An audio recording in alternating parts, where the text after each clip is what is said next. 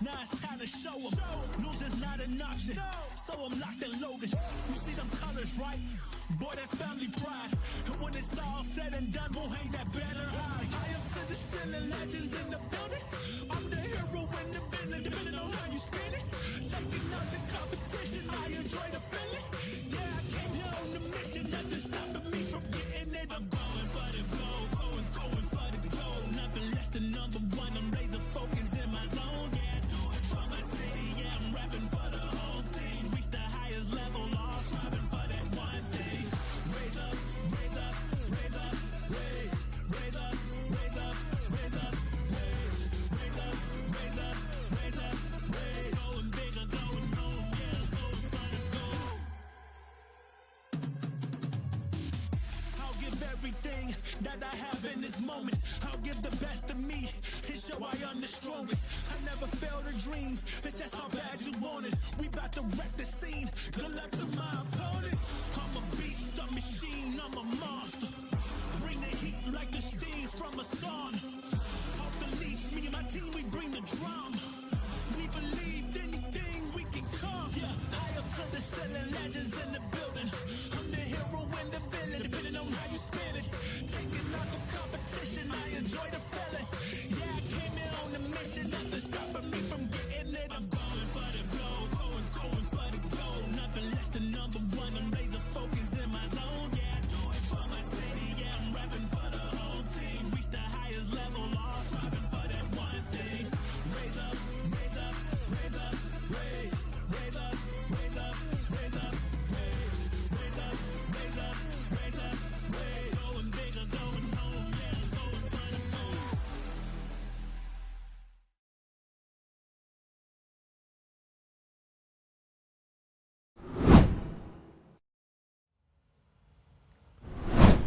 And welcome back to Humro Pie. I'm your host, Jimmy D. Lonely. Good to see you. Finally able to catch the stream again, and finally able to see me in the glorious studio to which I work from home. The one that I get to get all the great gameplay, get to do the coverage the way that I like to do it here at Humro Pie. I enjoy the formula. I have enjoyed the luxury of being able to have the access to the studio. But if you guys have been watching content for the last month, you notice every single stream has been live from Lifelink Studios. It's not that big a deal. However, it's not the kind of content I want to deliver to you. I enjoy the gameplay, I enjoy watching it, I enjoy covering it with you, talking with you, engaging with you regularly. Having this camera and having this opportunity to talk to Lonely and to talk to everybody here at the studio sometimes with my host. No host today. I'm just testing to make sure everything is functional. So, those that haven't been paying attention or haven't tuned in to see that part of that live stream to know, my computer blew up about a month ago. Literally was sitting here editing some videos, trying to get things done, about to go to bed, and boom, water pump just floored out. Everything in my computer completely drenched with water. Completely drenched my floor. Everything was crazy. I'm getting paper towel. I'm going I'm like freaking out. I gotta turn off the computer, turn off everything, figure out what's going on. Call up my friend who works with computers to help me put the whole water cooling system together in the first place. Tell him what happened. Said, hey, what do we got to do? Put the fan on it. Put some paper towel on it. Cleaned it up. Ordered the parts. Had to get more parts. Spent another weekend. Order the parts. Got to get some more parts. Then clean it again. And rinse and rather and repeat and rinse and rather repeat. You guys don't care. The point is, it took me a long time of having to get all the parts ordered here, heading to Micro Center, which if you guys don't know what that is, it's a computer gaming store where you can kind of like make your own PC, and they have available for all the pieces without having to wait for it. If you go on Amazon, usually it can take like a month or so for you to get your pieces, which is really annoying to get some of those pieces. But you go up there, it's about an hour and a half north of me where I'm at, sometimes 2 hours of traffic, and then a lot longer trying to get back sometimes.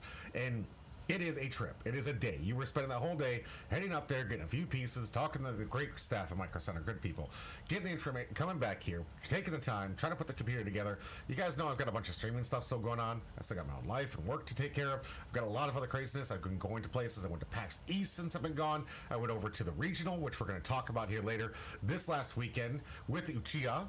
Seems functional to me. Seems functional to me, absolutely. This is great news. I'm super excited to finally be back in the studio where I want to be, doing the coverage the way I want to do it.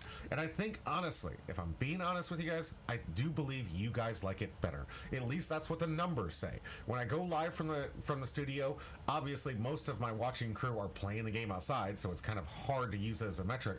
But also, my numbers really kind of delinquish a bit when I have them just live. You have a lot of people who rightfully complain, and I'm only going to demonstrate this just for the audience here real quick. Rightfully complain, something that we've seen is like the people that do the crickets where they like to shuffle the cards. It's a lot louder than what I'm doing right now. You may be able to hear it in the background, but it can get annoying, and I've had to talk to people, and it's kind of it's hard to explain to people. Some people just tune it out. I have learned to tune it out over the years, but a lot of people, it is kind of just when you're trying to watch some content, you really don't want to see the cardboard crickets, guys. You really don't want to have this constant noise in the background, and when you're trying to focus on what's happening, what's the gameplay, what's the moves, and on top of that, some of the cards you guys don't know. We didn't cover it. The deck lists, I'm not posting those because I don't know what the deck lists are going to be before I go on stream. It all depends on who wins. I can't possibly know all the deck lists that come in. I try to post some of them up there, but it's just all this fast paced movement. Don't have the formula. I haven't put it on Patreon the way I want to. There's so much lacking and missing, unfortunately, for me to be able to do it live from the studio. I've seen a lot of other creators do okay with it. I think that a lot of people don't really tune into those, mostly because while it is good content to watch the games, I can't lean on these card players to be an entertainer for you. I can't lean on them to read every single card. I can't lean on them to be engaged with you 24/7. And it's not their responsibility. It is not any one of theirs jobs or tools. They're definitely not getting paid for it. They're being put on camera live for the rest of you and having to deal with that added pressure of having everyone being able to, one, hear them, talk to them, watch the moves, getting nervous that they're making bad mistakes. It's a lot to take in for those people, and every single person, seriously, Midnight, thank you so much. All the people that suffered through this last month from going live with me every single day, thank you so much. Thank you so much for stomaching through it. Thank you so much for putting yourself out there and letting people see your content. If you've been watching the VODs, great on you. I really appreciate it. I haven't been able to obviously do any editing, so I haven't been able to fix all the stuff. But YouTube's way behind in content, so we're going to play catch up here soon. And there's just a lot of stuff that I need to be able to do here to keep the content rolling. There's a lot of things that I've noticed I'm lacking in a lot of departments. I'm looking into ways to overcome them. Of course, step one was getting the computer fixed. Tonight, we're going to test how good is the computer. Are we going to have mic losses? Are we going to have video losses? Are we going to have some stuff tune out? How good a job did we do on getting this computer back together and fully operational so you guys can see this content on a more regular basis? Divine says, I'm friends with a criminal. Yes, you are, sir. You are friends with a criminal. I am going to get into the story time in just about 5 minutes. A hard felon, you better believe it. I am going to get into the story time in just a little bit. This is not clickbait. I did get DQ'd. Yes, my friends in the chat right now listening to the story time are fully aware of everything that went down yesterday. I've got to say, it was the weirdest, in some cases funnest, especially the way that me and my friends handled the situation afterwards. It has been a tremendous experience for me, and I do want to review over, and if Bondi is watching, like sometimes I do like to tune in, especially when I put, hey Bondi, I'm reviewing one of your tournaments, you should come in here and check it out. Sometimes one of their representatives do come into the chat, and I hope they're out there and to see this stuff, because I am going to review your tournament. I'm going to give you a genuine and honest response to it. I'm going to give you some good feedback out there, and of course, as an avid lover for all of your games, I'm going to be genuine and true to you. I'm not going to do anything that's going to be like absolutely disgusting. I'm a person who loves your stuff and wants to see you do better. So if you hear any critique today, understand this is coming from me and the perspectives of the people I know that want to see more from you. We love you. This is an attack upon your company. This is an attack on saying, please improve some of the things that you're employing with when it comes to the stuff that you guys do in these regionals. There's always work to do. I am not immune to it. My content needs to get improved every time. I need to improve the mics. I need to improve the camera. I need to improve the way that I deliver the content. I need to clip and make new stuff for you. I need to shorten the content and then elongate the content and then make it viewable on different streams and branches to get to you at your comfort level, so you're seeing it on an app that you prefer to see it upon. I'm still needing to grow, getting on TikTok, getting myself on the Rumble thing that we discussed way over in PAX East, and getting a new contract with Rumble and being in the non-political side, where I was explaining to them at this amazing little party that they were throwing with all of us, and they gave us for drinks and free food, and got to meet some content creators. It was a great time, and I was explaining to them, I was like, yes, I have a Rumble account. I originally created it. I created this channel on the premise of no politics, ever no politics. That's not what this is for. You guys are here for card games. That's what I'm gonna keep it about. I don't need to talk about that with you guys. You guys don't need it. You want entertaining, fun, engagement, flinging cardboards, fighting robots, IPs, heroes going head to head. We're fantasizing about our favorite heroes going head to head with Union Arena, or we've got the retelling the story of One Piece and what if scenarios, and that's what we're here for. So when I explained that to Rumble, they explained me, what if we created a channel that was completely non-political, and we made sure that anyone that was in that would only get a feed that was non-political, and you could understand that that was the intent of the content on its platform. I said, I would love that. It was like, would you like to be ambassador? I said, absolutely would love that. But before I do that, I've got some upgrades I got to get finished and get up to that, so I can get in with that deal with Rumble and work with them to kind of help them as other platform that's dealing with free speech as we need to, and dealing with our ability to present our videos, guys. Whether you believe it or not, there is an action force that exists in the universe, and this is conspiracy time for you, that absolutely does not like the Twitch streamers, the YouTube, the Rumbles. They do not like individuals like me, and I say like me only because I am a content creator, not because I feel like I am up at the level of the Markipliers. I'm not up at the level with a lot of the big top creators that are in my space. I'm not there yet. I might get there. I'm going to try. I'm going to keep posting videos until maybe one day I go viral. But there is an action arm that is absolutely against us as creators, that don't want us to circumvent their gatekeeping when it comes to voice acting, their gatekeeping when it comes to content creation and making episodes and videos. They gatekeep it, and if you've been paying attention to Markiplier, you know exactly what I'm talking about. They don't want you making movies. They don't want us making entertainment. They don't want us writing books without them approval. They don't want us writing music without their approval, and their bank accounts getting bigger from your work. And when it comes to YouTube, while they do get to bank off from our work, they're more of a contributing factor, along with you and the audience out there who donate to Patreon, hit the subscribe buttons, hit the follow buttons, go hit all that important stuff out there that helps us as creators grow. They're out there like actively working against us because they need those control factors to ensure that they get the money at all times in all sequences. It is a truth of the factor in the matter. This is not a big cabal of thinkers. This is common business. When you are involved with business, you are trying to be the dominant force. Bandai, believe it or not, is working against Wizards of the Coast. Are you surprised? They're competing card games, competing for the same audience base, trying to get them to play their game. They are actively competing. And when we, as content creators on these platforms, do this kind of content for you, they are realizing we can get successful without their help. We don't need them. We don't need them to gatekeep us. We don't need them to tell us who and what can be made. We get to decide what gets made, and you as the audience get to determine what you want to watch and engage with. And that terrifies them. Absolutely, because there's no control over it. Now, there are limitations to what I can say, what I can do. I'm not in the house of my own. I am in the house of, right now, Twitch, YouTube, and that's the only one here. Lonely Doombot, thank you so much. Twitch on mobile sucks. Yeah, I agree with you. I'm glad you're out there on YouTube, though, but thank you so much for the comment. You do get double entries for that. I appreciate that. Getting back to the story. So, as I'm trying to go to these other platforms, these are the ones that are hosting me. I have to obey the rules of those platforms because I am in their house. This is them hosting me. They're giving me the right to host this. I will respect the rules of the house, and I will obey by those guidelines. It's not always great. Sometimes it's like you can't say some stuff that just doesn't make any sense. Sometimes you can't cuss sometimes you want to. I don't want to. I'm a family channel mostly. But there are things that you should respect in the fact that this is their platform.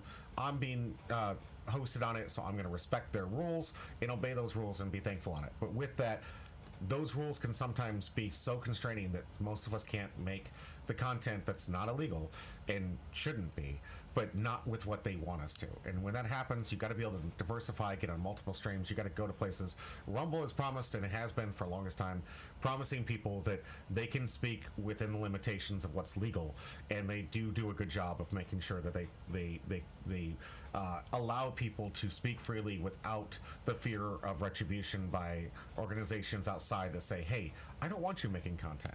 I don't like you being popular. I want my star that I paid for this, and I forced them to go through this rigorous row to get to that position, and I want to gatekeep. Well, guess what? The day and age of gatekeeping is getting down to, and especially in media anyways, is getting to be obsolete. You can't do it anymore. The freedom of the internet, the freedom of all the stuff that we have, the tools that we have available to us, they can't control us anymore, guys. You choose to watch this content, I appreciate what you do. But that is the beauty of the age that we're in. While we hate it and love it, there's a lot of good, there's a lot of bad. And when it comes to this, I just want to let you know I'm doing my best to get you guys some really good content, something you guys can enjoy. Bear with me, and of course, giving back to you like I always do. Now, before we get into the big story, of course, I gotta remind everybody who's out there maybe watching, hey, how do we get our free packs, as you always do when you watch this channel live? Anytime I cover a product, which today is One Piece TCG, I have some packs for you. Normally, most of the people in the chat right now have been watching the channel for a while. I have a community box. Stock's a bit dry right now. I've been trying to win some lotteries on the Bondi Card Fest. If you haven't tried on those, please go into Bondi Card Fest, check it out, get yourself registered for the lottery to see if you can have the chance to buy said items. It'll be we're gonna find out in a couple days whether we can get the chance to buy some of these packs or boxes. If I get a chance, I'll get that, or if we get another wave of boxes, I will then have a community box for you. Until then, I have to go to Lifelink, purchase 2 packs, come back here, and then give you guys 2 packs from whatever box you gave it to me. So thank you, Lifelink, for giving me the opportunity to buy these, but that is all I can give you at this moment. The stock is dry. The OP's market, the One Piece TCG market understands it. The scalpers are heavy. I never buy from scalpers. I understand I could go on TCG Player. I understand I can do that. I can't guarantee it's not a scalper. I can never guarantee, and I cannot encourage behavior to which I absolutely ask all of you to not do as well. You want the scalpers to go away? Stop paying for them. You want them to go? You want them to stop existing? Stop making them money. Simple as that. But it's also not simple because you want the product, you want the time, you want a chance. I get it. But if you take the time and you just revolt, you don't buy from scalpers, they're going to go away. Simple as that. You have the power, and more power than you realize, if you just stop buying from scalpers. And as a person who truly believes that, I also do not buy from scalpers. I will buy from resellers if it's something that's been years in the past and it's a box that's accumulated its wealth over some time. Sure, maybe. If it's currently out, or it's been in the last 4 months out, I am not going to pay triple your box price for this thing. I'm sorry. It's just not. It's not the way. I'm not going to encourage you to buying out my store, to buying out the product, and then trying to resell it to me for 3 times the markup, because you had no intention of playing the game and you had no intention of opening the product. You only had intention of trying to take and resell and act like you were doing something for society. You are not doing something for society. Okay. Pichia says, I was sat next 2 inches away from it when, yes, he was talking about the story we're going to get into. When it says, oh yeah, you're so much trouble, sir. Oh, yeah. Okay. So, here's the deal. Your boy was DQ'd. Why was he DQ'd? Little Pound Cake, good to see it. Turns out, if you get drunk and belligerent, flip tables, and punch a judge in the face, apparently, that's frowned upon.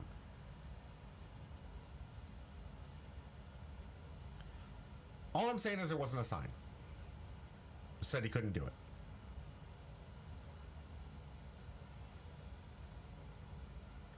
Obviously, you guys know I'm lying. Obviously, you know I'm lying. Most of the people in here, I've told this story to multiple people, even in the chat. They're like, nah, that isn't what happened. There is some nuggets of truth to what had happened. So here's what's happening. I'm at the Norfolk, Virginia Beach Regional. We are in round 5 or 6 when we're at a lunch break. They give us a lunch break and let us go. We have about 30 minutes. There's not a lot of things that are in a short distance, but there is a restaurant and bar within the same hotel to which they're hosting this event. the bar is literally outside the convention. It's like you got to go down 2 stairs, but it's outside the convention. It's like, it's right there. So I went down, sat down with my friends. We had all 6 of us were eating and dining, and we ordered some food. And they were like, okay, we're going to get some stuff. I said, look, I got 20 minutes. There ain't no way I'm going to make it back in time before you guys get that food done. Just give me a beer. It's got weed in it. It'll help me cover for the next 3 hours, and I'll be fine. So I ordered an Angry Orchard, which is just like an apple cider beer for those that don't know. Just had wheat in it. I knew it would hold me over for 2 hours. Wasn't gonna be any big deal, so I ordered the beer. I sat there for 20 minutes, waited for everything to come, and we were getting paranoid because the pairings were about to get posted. Pairings were then posted. The lady came with the bill and told me, hey, here's the bill. And I said, you never gave me the beer. And she's like, oh, 1 second. So she runs away. She comes back with the beer, and she says, oh, here you go. And I'm like, okay, well, here's the cash. Here's a tip. What do I do with this? Can I remove this from this area? What do I do with this beer? Like, you've given this thing to me when I told you I need to get back up to my parents. She's like, don't worry. The beer is fine as long as you stay within the hotel room. Or stay in the hotel space. So I was like, okay, cool. It's okay if I stay in the hotel space. So I go upstairs, I carry my stuff, I get up to my seat, sit down with my opponent, we start playing the games. Halfway into it, a judge comes over to me and says, hey, is that yours? Yeah. Now, mind you, I haven't even drank this. I haven't. It's still an open container because they gave it to me open, but it's sitting next to the table because you don't want to have it on top of the table. You don't want to mess up cards or anything. But it's sitting next to the table next to me, and he's like, "Is that yours?" I'm like, "Yeah, absolutely." He's like, "We have a strict policy about no drugs and alcohol." Now, internally, I'm like, I've been to Bondi Card Fest. What are you talking about? They have beer tents. They have places where you can go and consume beer. You had to stay within that local area. I'm in the local area, and I'm kind of flabbergasted, but also thinking this kind of makes sense. Obviously, this is an all persons event here, guys. This is for all ages. The kids are there. I get it. Yes, they are there, but they were like, we have a hard policy on no drugs and no alcohol. And I said, okay, I understand. Can I remove the bottle from the event hall and continue playing? They said, no, you're going to have to get removed from the premises. We're going to ban you. I said, I'm going to ban me? Ban me? I was like, why? Why are you going to ban me? I was like, what did I do? It's like, I didn't know what was going on. And like, no, you're not going to get banned. But we're going to disqualify you. And you're not allowed in this movie, and we're going to remove you from the premises. So I was like, oh, okay. You're going to remove me from the premises. Okay. Tell me what you need me to do. Tell me what's happening. Just tell me what you want me to do. I'll take care of it, and I will leave. Please don't ban me. Just tell me what I need to do. I understand. And in the process, he was like, why'd you bring it in? I was like, well, I asked the lady downstairs if it was okay. And they're like, she doesn't know any better. I was like, well, obviously she doesn't know any better. Clearly she doesn't know any better. You guys are telling me different. So clearly she doesn't. And I'm not saying she was my gatekeep. I'm trying to tell you that I was trying to use due diligence to not get banned or do something wrong by asking authority, which happened to be the hotel staff at that point, whether this was okay. They didn't know. There was no communication. There was also no sign. And Bondi, here's where I want to put you some words of advice. If you're going to have beer literally outside the convention center, a couple of steps away, you probably should have a sign that says no beer behind this premises. You should have something that would indicate that you weren't allowed to use the bar facilities that are literally outside the convention center when I leave the door. I have to walk a little downstairs. It's there. It's visible when I walk out from the convention center. I can see the bar. It is there. It is something that is very achievable for anybody else that was there and open to everybody so long as you're of age.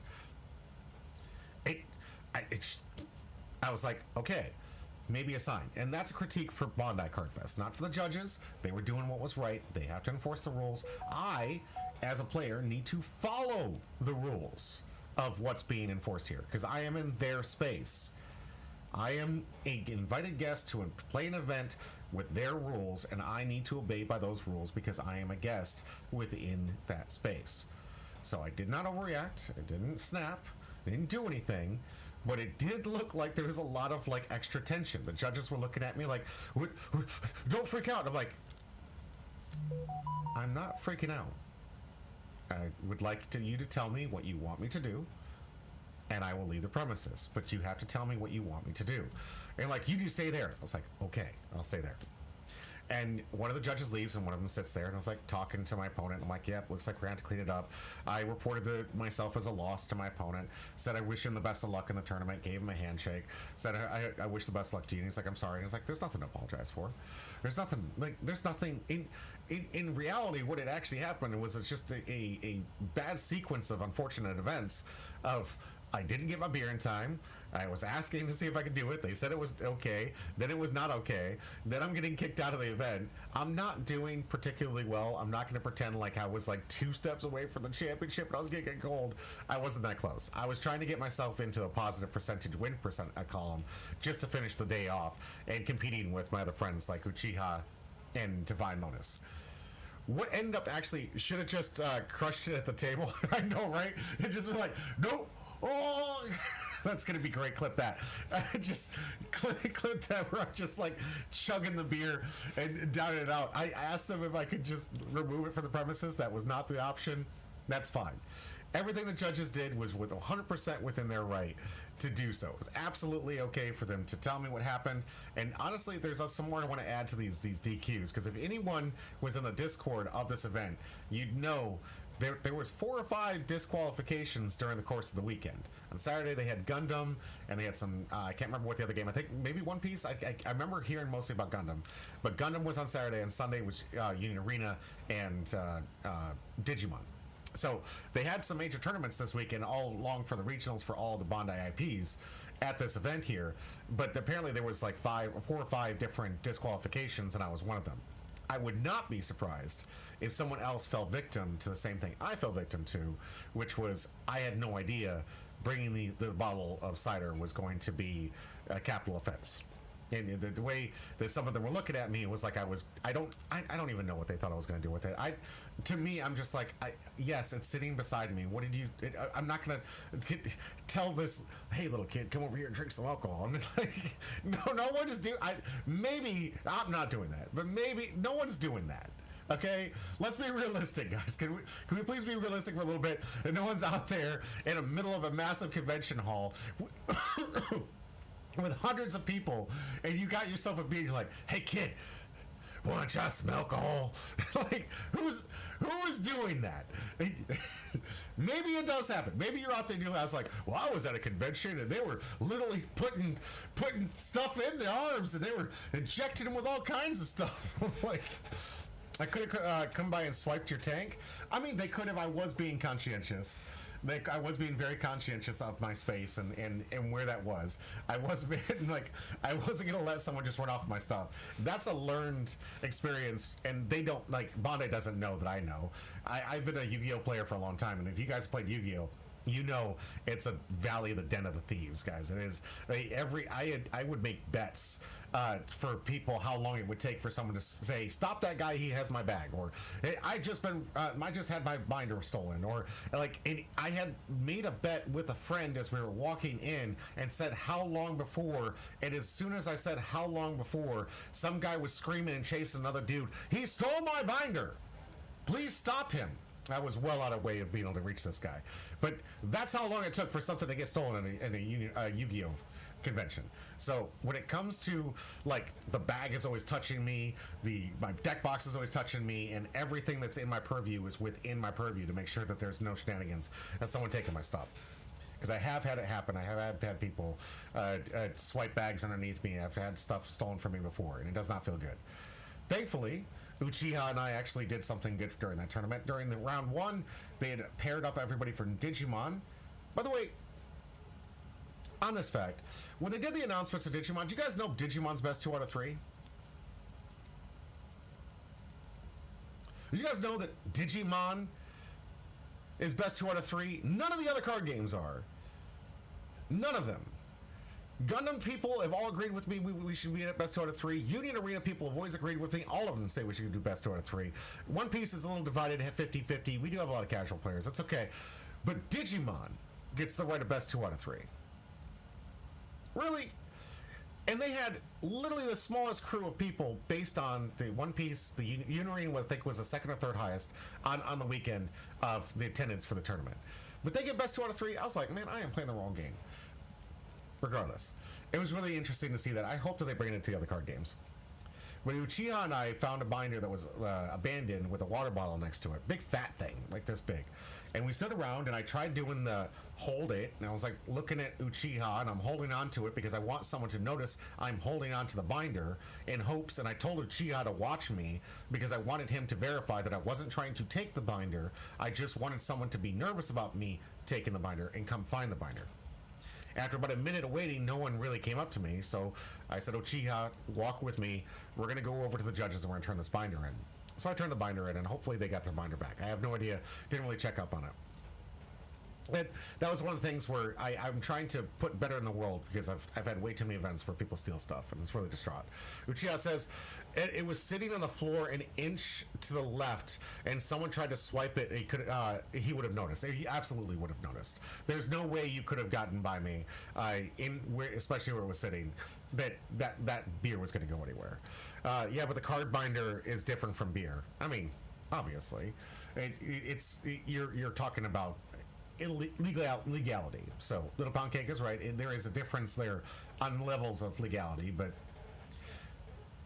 I'm being responsible as a person. I'm a responsible adult. I've been through these situations, and even in a situation, the judges were surprised that I'd handled it so maturely. And I'm looking, I'm like, why wouldn't I? But at the same time, I realized that they had already had to deal with 4 other disqualifications that occurred this weekend. I don't know a lot of the reasons. I've read through some of it, and I gotta tell you right now, a little lesson of truth for you guys when you're reading someone's complaint on these discords and you're hearing people talk stuff. If their story doesn't align up and people are asking specific questions to help the story line up and they don't answer those questions, I don't believe they were in the wrong. Okay? It's just a word of thumb from me to you that if someone's telling you a story and you ask them questions of things that don't logically align and they avoid answering those questions, they're probably lying about why they got disqualified. So throughout the weekend, there may have been people like me that got in trouble for that. I don't know. Never heard about that. No one really wrote about it. But there was a lot of writing about someone saying he was sitting at the table and he got disqualified. And I was like, well, what did he do? And he's like, he was just sitting there. The judge disqualified him. I'm like, I don't think the judge is just going to disqualify you. Did the judge misreport who was... And by the way, when we're using the word DQ, if you were a no-show to your table after 5 minutes, that is considered a disqualification. So if you're a no-show, that's disqualification. That's just how it works. So when you say DQ, it sounds like, oh my God, you've been kicked out. Like I was actually kicked out of the event. But this person said that he was waiting for his opponent to show up, and his opponent hadn't shown up, and he was so close to prizing, and I'm like, if you're so close to prizing, why didn't your opponent show up? Because that wasn't the issue for people not showing up. The issue for people not showing up was in the far ends of the table, where we were so far away from topping that even on a miracle and a dream, we weren't going to get top 64. Like, in that round, if you lose too many early games, you're fighting up a mountain, guys. It is hard. Your win-loss percentages and your opponent's win percentages are going to be so much worse than your other opponents that lose in the later rounds. That to make top 64 with that XN2, XN3 record, it's going to be a miracle if you make it in that position. I know Jane, wonderful player, absolutely outstanding, was undefeated up in the last couple rounds. She took losses in the last 3. She took 2 losses in the last 3 rounds and missed the bubble by 2. So even with an impeccable record of X2 and having lost so late in the game, she still got knocked out of the bubble at 18th place. Like, you can't afford early game losses in these tournaments, especially best of 1, and especially because if you guys know, when you're using best of 1 or best 2 out of 3, those best 2 out of 3 and best of 1 percentages actually go towards helping you place better in certain situations, and you're more reliant on your results versus the results of the people that you happen to beat along the way. And when you're on best of 1, all of your record is extremely leveraged on the person you played before and beat. If that person does well, good for them. That helps you. If they do poorly and they get distraught after losing, it tanks your ranking in the same record space. So it is who you play throughout the tournament that determines where you get and where you align yourself at the end of the tournament. And that is the crux of best of 1. That is how they have to calculate things. There's no other measurement tool to use against it to help balance that measurement. So yeah, that was it for that event. I was disqualified. I was kicked. I was not banned. I even had a friend come in and verify that it was not banned. But I gotta tell you, the fun I had after that event was out there, the conversations in my car, the talks with Uchiha and Lotus, it made the entire tournament an outstanding event. Hands down, one of the best events I've been to in such a long time, because of my friends who made a situation that could have been absolutely disrupting and kicked me out of a game I'm absolutely in love with and stopped me from being able to play it and stopped being able to do this stuff for Union Arena. And that would have been just absolutely destroying to me to not be able to play this game out from misunderstanding. Obviously, it wouldn't be of anything of a higher caliber because I'm smart enough not to make a scene or do something that would cause a scene or cause me to get a ban. And I hope that the rest of you, when you hear this story, or if you're paying attention to this story, you understand, don't overreact, don't snap, don't start throwing things, don't act a fool. If you're put in a situation that you can't control, that you physically don't know what's happening, you can't control, the calmer mind will win out. Remain calm, ask them what they're looking for. You're entitled to ask questions, but remain calm and handle the situation. Whatever the results may be or whatever's happening, a calmer mind will succeed in the end. So when you're in those kind of conflicts and you have someone that's getting in your face and telling you you're disqualified, we got to get you out of here. What did I do? What's the law? Where's this in the books? Okay, if that's necessary, tell them, hey, I tried to do, I didn't know. Can I rectify it any other way? No. Move on. It's, guys, you're in their house. It's their rules. Just don't freak out about it. You'll handle the situation, and that's probably why I'm going to be invited to back to the next big event when we go to Chicago at the end of the month of May. And I'll be out there trying again to get myself qualified with all those really fun Bondi events that they're having in Chicago, or just outside of Chicago. And I'll be trying again to get myself qualified for some of this stuff and have some fun. So I didn't want to ruin my chances, and I think you guys shouldn't do it either. Never, ever, ever get upset about things that you can't control. It's a lot of wasted effort and a lot of wasted energy trying to get emotionally distraught over things you have zero control over. Flat, point, simple. And if you realize you have zero control over it, remain calm, watch and observe, do the right thing. The people, if they're acting out of line, will oust themselves. They will show themselves, they'll show them cards. They will display the wrongdoing, and the public will respond in kind.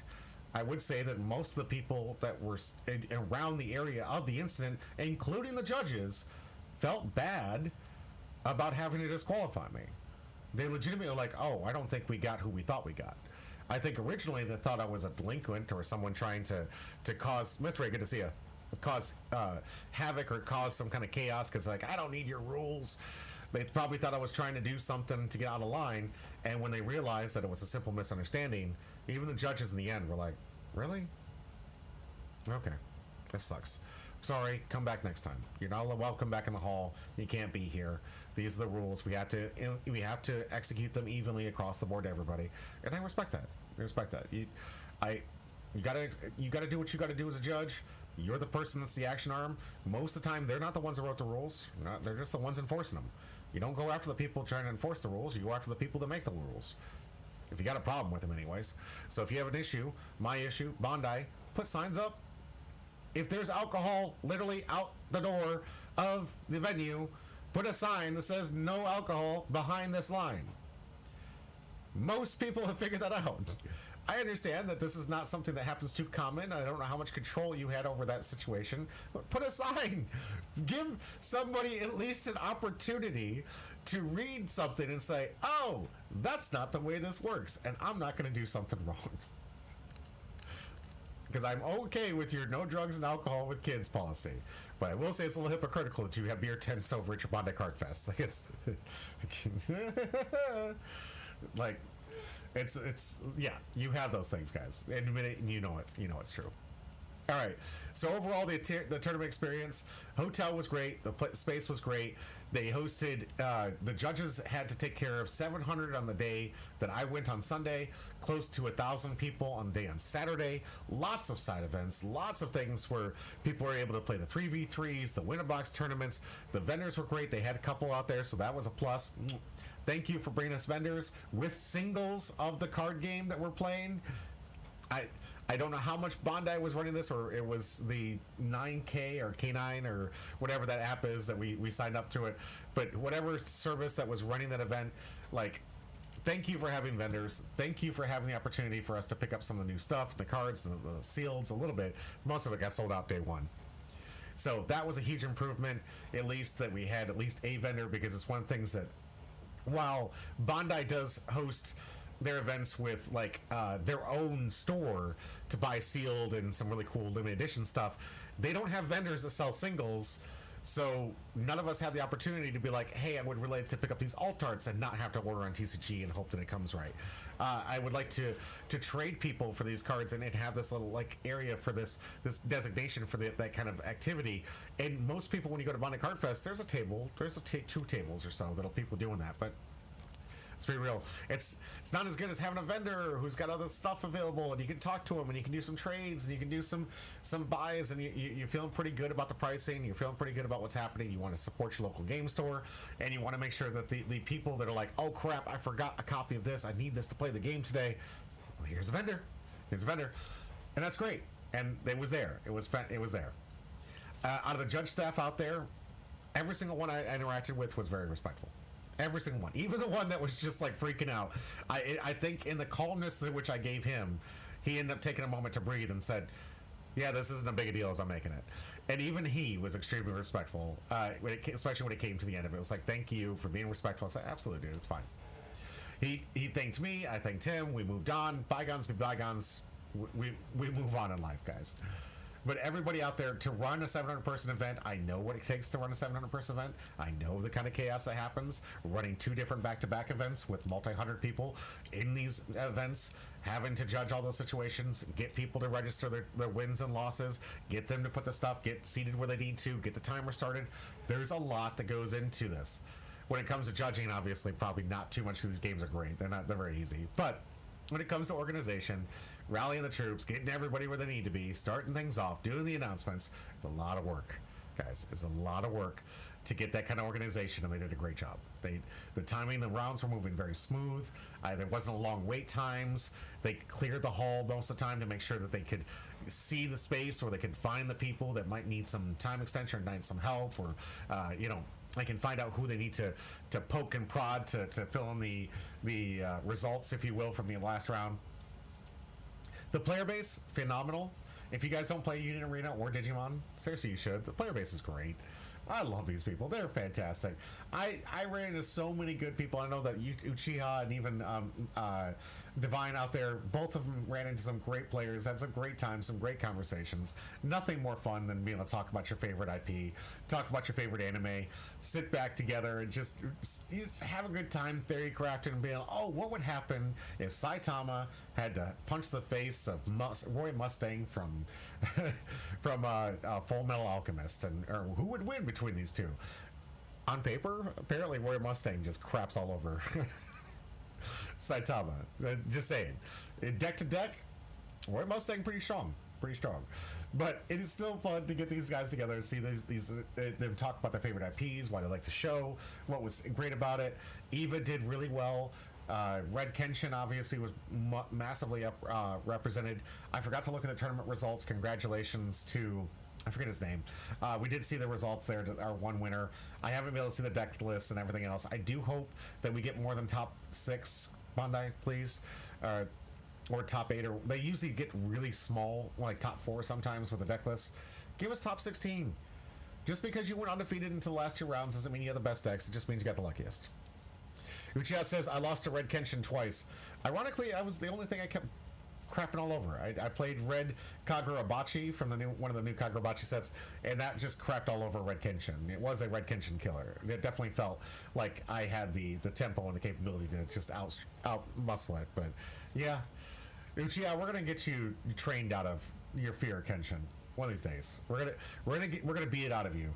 We're gonna have you play against Kenshin over and over and over and over again, and eventually you're gonna stop fearing Kenshin because it's not that strong, guys. It's a good deck. It's not that strong. It's not unbeatable. I digress. So, overall experience, if we're gonna go out of 10.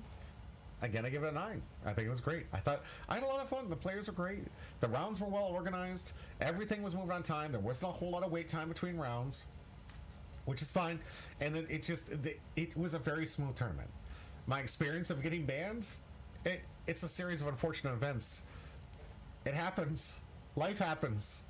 And I turned it into a very fun experience as I tried to convince all of my friends that I had gotten drunk and belligerent and gotten kicked out.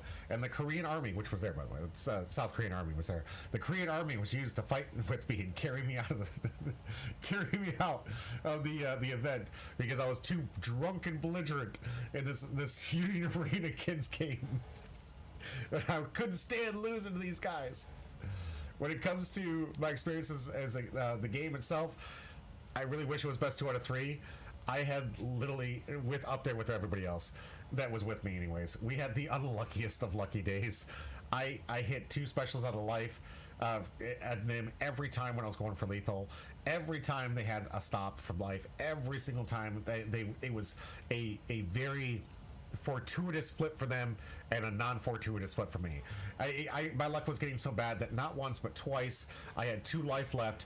My opponent chooses 1 card, it's the final trigger, and then the other one is a nothing trigger. Like, you picked it in opposite order, I can win the game, but you picked it in the order you needed to win the game. And I'm just like, guys, in tournaments like that, you just take your losses, you move on. It's okay. It's part of the game. It's part of the mechanics of the game. It's okay.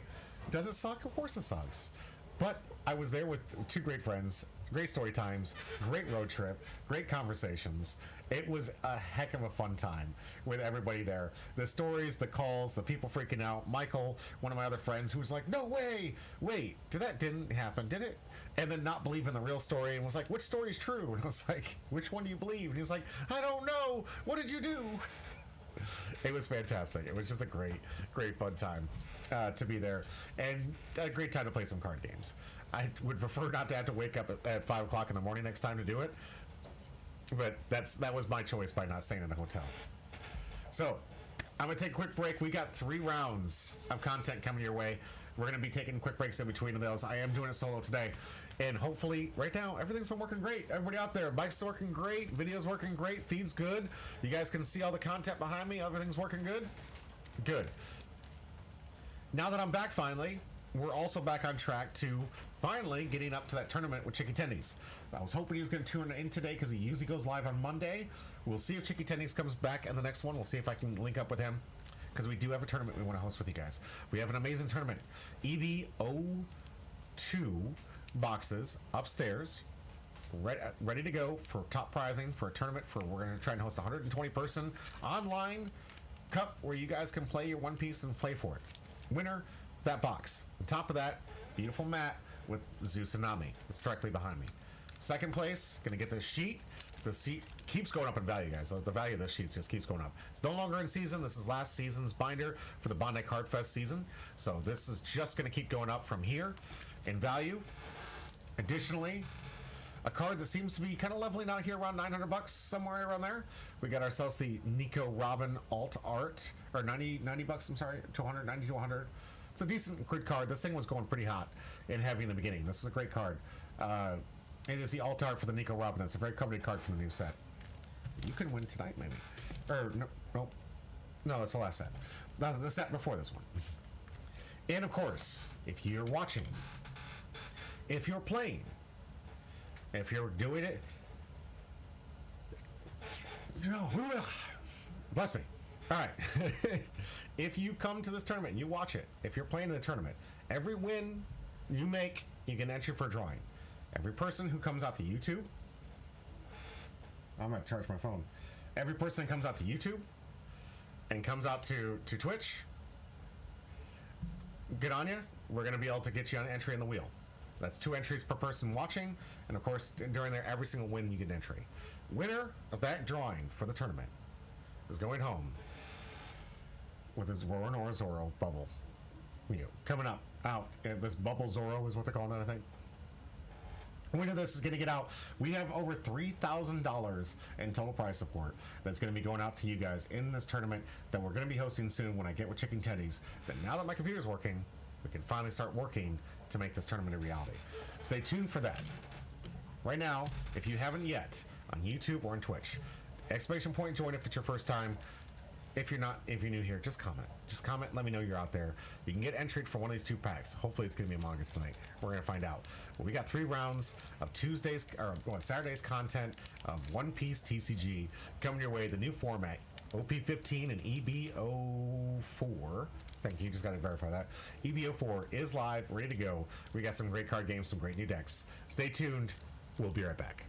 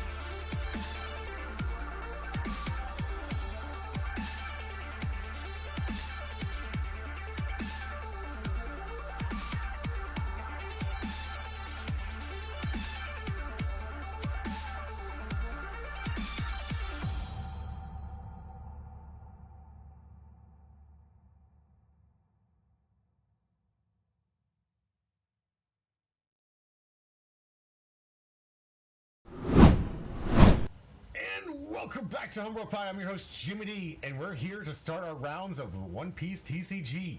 Saturday, we had an epic showing of nearly the entire table. If you guys don't know how Lifelink's set up, we got 2 rows of table just to maximize space to be able to hold close to 90 people in total during any given event, and we have been at max capacity not once, not twice, at least 5 times at this point.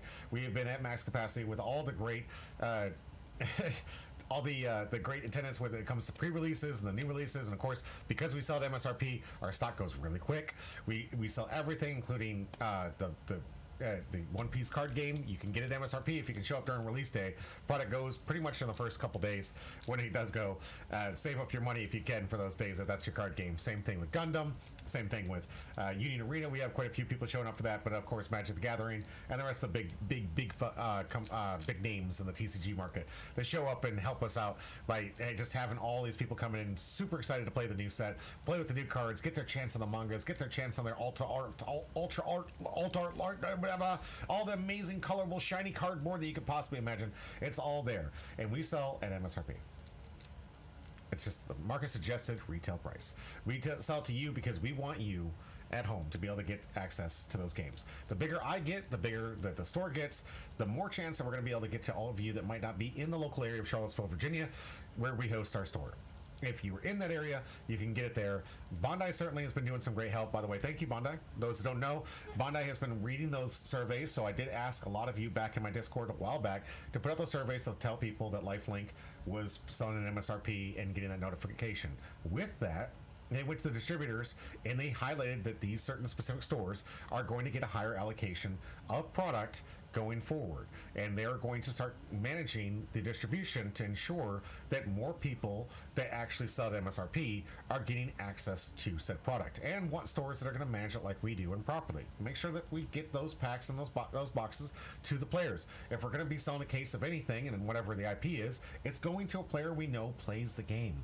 We don't sell the scalpers. At least we go out of our way not to. If they get a box or 2 out of us, who cares? We're gonna live. What happens is making sure that we limit the amount of stuff that they can buy away from the players like you and me that want to play the game and want to get it at an affordable price. Because if you're trying to buy right now in the scalper prices market, it is impossible to get yourself an affordable box and get yourself the product at the price you should be paying. And these prices for some of the singles have been kind of reflecting the cost of some of those boxes as of late. So if you follow me and follow what the rest of us do who are blessed with a store that does sell at MSRP, don't buy from scalpers, encourage that behavior, do not buy from people that jack the price up, and put the demand back in the store and say, hey, if you want to sell the product, sell at the price that it's designed to be at. That is how the producers made it. If you end up selling out, just tell Bondi to print more, just tell them to do more, and we'll see. They got to print to demand eventually. They eventually got to see. And when it comes to One Piece TCG, Gundam, and some of the other card games, even Union Arena now, Union Arena is in a huge shortage right now. They're realizing that they're not printing enough and not demanding enough in the print runs to meet the demand of the player base of their growing audiences, and they are expanding beyond belief. One Piece doesn't even remotely surprise me. You're talking about one of the greatest of all time stories being told today with amazing updates with the manga. We're going to be on a break for I think about 3 months here, coming up here shortly, as Oda takes care of some more of his extracurricular activities. God bless, stay healthy, Oda, please. We need to see the ending of the story. All of us do. But do you, and we'll wait for the next chapter as we wait on Ben and E, what's going to happen in the next event that is happening. I'm trying not to give you spoilers. Those that might be new to the channel, I never give away spoilers for anything that is not in the anime. The manga is completely off limits until the anime shows it. When the anime shows it, let's talk. If you're new and you're not caught up yet, I'm sorry. I gotta have some stopping point. Like, watch the show, guys. Watch it. This is the greatest story being told today. And one of the greatest card games that's being designed today, with the ability for the resources to be outside the game, good balanced gameplay in a lot of ways. You might argue in certain formats it's not your favorite. That's okay. But when it comes down to it, if I'm seeing 6, 7, 8, 9 different leaders out there, and that's the makeup, and all of them are doing well, and they're doing bang busters in the top 16. That seems pretty good to me. I don't know about you guys, but that seems pretty good. You've got a diverse meta. You got choices. You got things that people can ways to do counters. Today, we are featuring awesome new decks. Devs, good to see you. we're especially with the Anel phase. I appreciate that. Yes, Anel is doing bang busters and results as well. It is a more consistent topper of the lists that we have here, but it is not unbeatable. And we do have Anel players that are getting their wins, they're getting their losses out there. It is a very strong deck, but it is also not necessarily always the best deck. And we do have some purple today. Starting off, we have our first round Ace Titan, first time on camera. And a Titan in disguise. I gotta tell you, this guy he's a big dude. He's a big dude. He's a big dude with a big heart, and he's got his first opportunity ever to be on camera, and he's gonna be playing Black Yellow Gecko Moria, something I know is a big fan favorite for a lot of people. And interesting that he's using the Thriller Slop that we're seeing in a lot of yellow decks nowadays in the deck it was designed for. So this is the deck it was designed for, everyone. And he's going up against another fan favorite that's been in the meta, out the meta, in the meta, out the meta. Lithium is going to be playing. Guy, I gotta be able to operate the camera here. Calm down. It's good to see you. You're good, girl. Sorry, try to get my deck list up and running for you all so you guys can see it. But we do have a great matchup here. They're going to be between Purple, Black, Monkey D, Luffy. A deck that keeps getting more and more Monkey D, Luffy, and Straw has support in purple and black colors, especially even in black, especially this last set had some great black cards. We're going to talk about those. And we got some great new additions, and I think it's going to be something you're going to want to pay attention to. If you're not on my Discord or my Patreon, you really should be, because we post those deck lists there, and you guys are going to want to see what's happening. We are getting infinitely closer. We're getting really close right now, guys, to mirroring up with the East. We're getting very close to being with them and us building the actual meta. We're not going to rely on the East anymore. We're not going to have the opportunity. That, of course, we'll still have the information, but it doesn't mean that we're just going to have to like 100% rely on them to make the deck list or define what the meta is. We are going to define what the meta is. That means trying old decks like Lithium today. That means seeing what these new cards can do to make these old decks kind of shine. And we're going to see today, can the Black Purple Luffy, which is a bit dated compared to some stronger leaders that are being printed today, still hold up in today's meta? Right now, let's check out the deck list. All right, starting off with Black Yellow Gecko Moria. Those guys, the first time watching this thing. Activate main once per turn. You may KO up to one of your Thriller Bark Pirate type characters. Your leader and all of your characters gain 1,000 power during this turn. And when attacking, you may trash 3 cards from your hand, add up to 1 card from the top of your deck to your life cards. When it comes to life gain, this is quite possibly the worst life gain capability I've ever seen in my life. We're going to see if there's enough draw power. It's not blue, and I don't think there is. I don't think this later half is going to be used too often. What makes this deck so good is the absolute synergy of the Thriller Slop, if you will. It's the nickname that's going around the internet right now. All the Thriller Barks have these amazing triggers that do this cycle that is absolutely oppressive, especially in today's meta. Starting off with Victorious Injury. If your leader has the Thriller Bark type, trash 5 cards off the top of your deck. So setting yourself up, making sure you have targets for these amazing triggers we're going to talk about in just a moment here.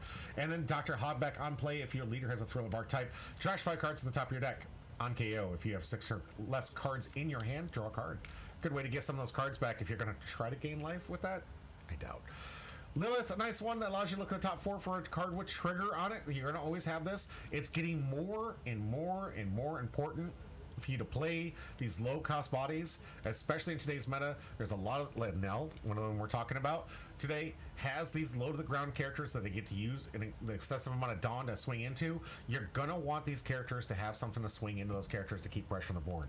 It's getting ever more important that you move away from event-based searchers unless it's like the only thing you have or it just works in synergy with what the deck's trying to perform. In reality, you're going to have to play with more of these one-drops in today's meta, guys. There's just too many of these creatures out there that they're getting buffs. You got the red Zoro deck that was, the red, Trafalgar Law deck that was doing pretty well. Whew! Sneezed all kinds of times today. All right. But you had cards where they were being used with like 0 power and having this amazing effects. You're going to want to have an answer, and you're going to want to have a cheap one at that, because you don't want to waste your top end running into these little weenies on your opponent's turn. Now we're starting into what the Thriller Slop is all about. This is just a nice 2K body, but when I read these triggers, and I'll read it once for you, but most of these cards have it, play up to 1 Thriller Bark type character card with a cost of 4 less from your trash and make it rested. All these triggers in here that you're seeing in yellow, They all do the same thing. They're all trying to accomplish essentially this cycle of trying to basically get Perona here as your main target to freeze in some characters. And what's really strong about this, on play and on KO, up to one of your opponent's characters with a cost 6 or less cannot attack until the end of your opponent's next end phase. The reason this card is so incredibly strong in today's meta is because Bandai has been printing a lot of these 6 cost and under cards that are extremely powerful. They have high stats, they have great abilities, they've got awesome on plays, awesome on attacks, they've got some amazing ability to put the pressure out, they cheat out other characters, they really start putting the pressure on your opponent when it comes to the mid game now. And we're seeing a lot of these mid game type decks that can kind of get shut down with a card like this that has an on play and on KO that ends up freezing characters. It makes it a little awkward to try and touch the board. You really don't want to swing into this too often, and it can keep coming back, which is the most infuriating part of this card, is that every single time you're risking a trigger from life that's just going to bring her back and freeze the board. Braindead, good to see you. And with that, 6 may not seem that limiting, but trust me, it is harder to keep a board of higher cost characters, especially the way the games have been going pretty fast in a decent way.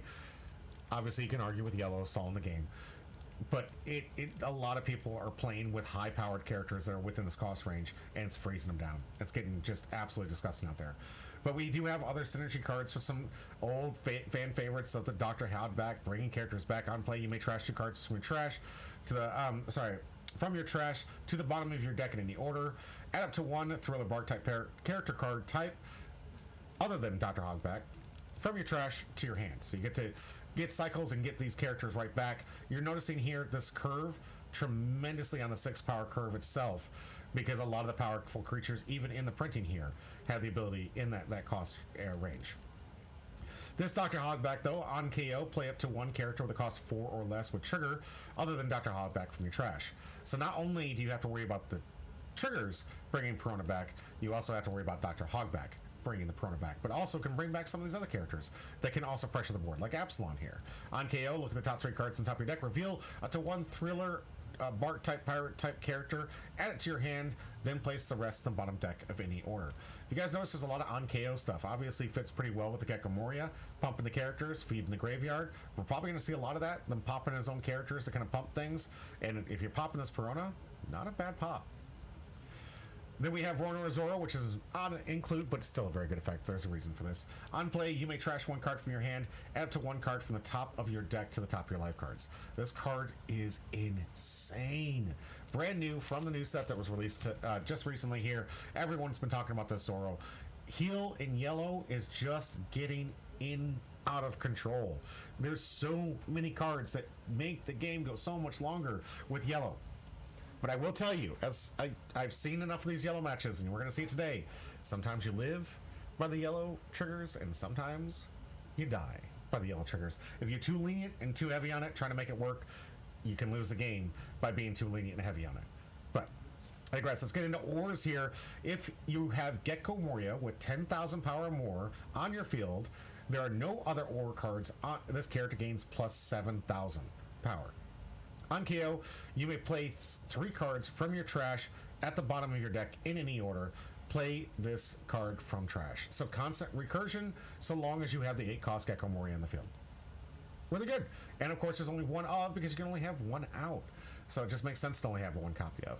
We got this powerful black Gecko Moria here on play. If your leader is Thriller Bark type pirates, play 1 character with a cost 4 or less from your trash rested, then give up to 1 rested Dawn card to your leader or one of your characters. So more recursion for Perona, because Perona needed that.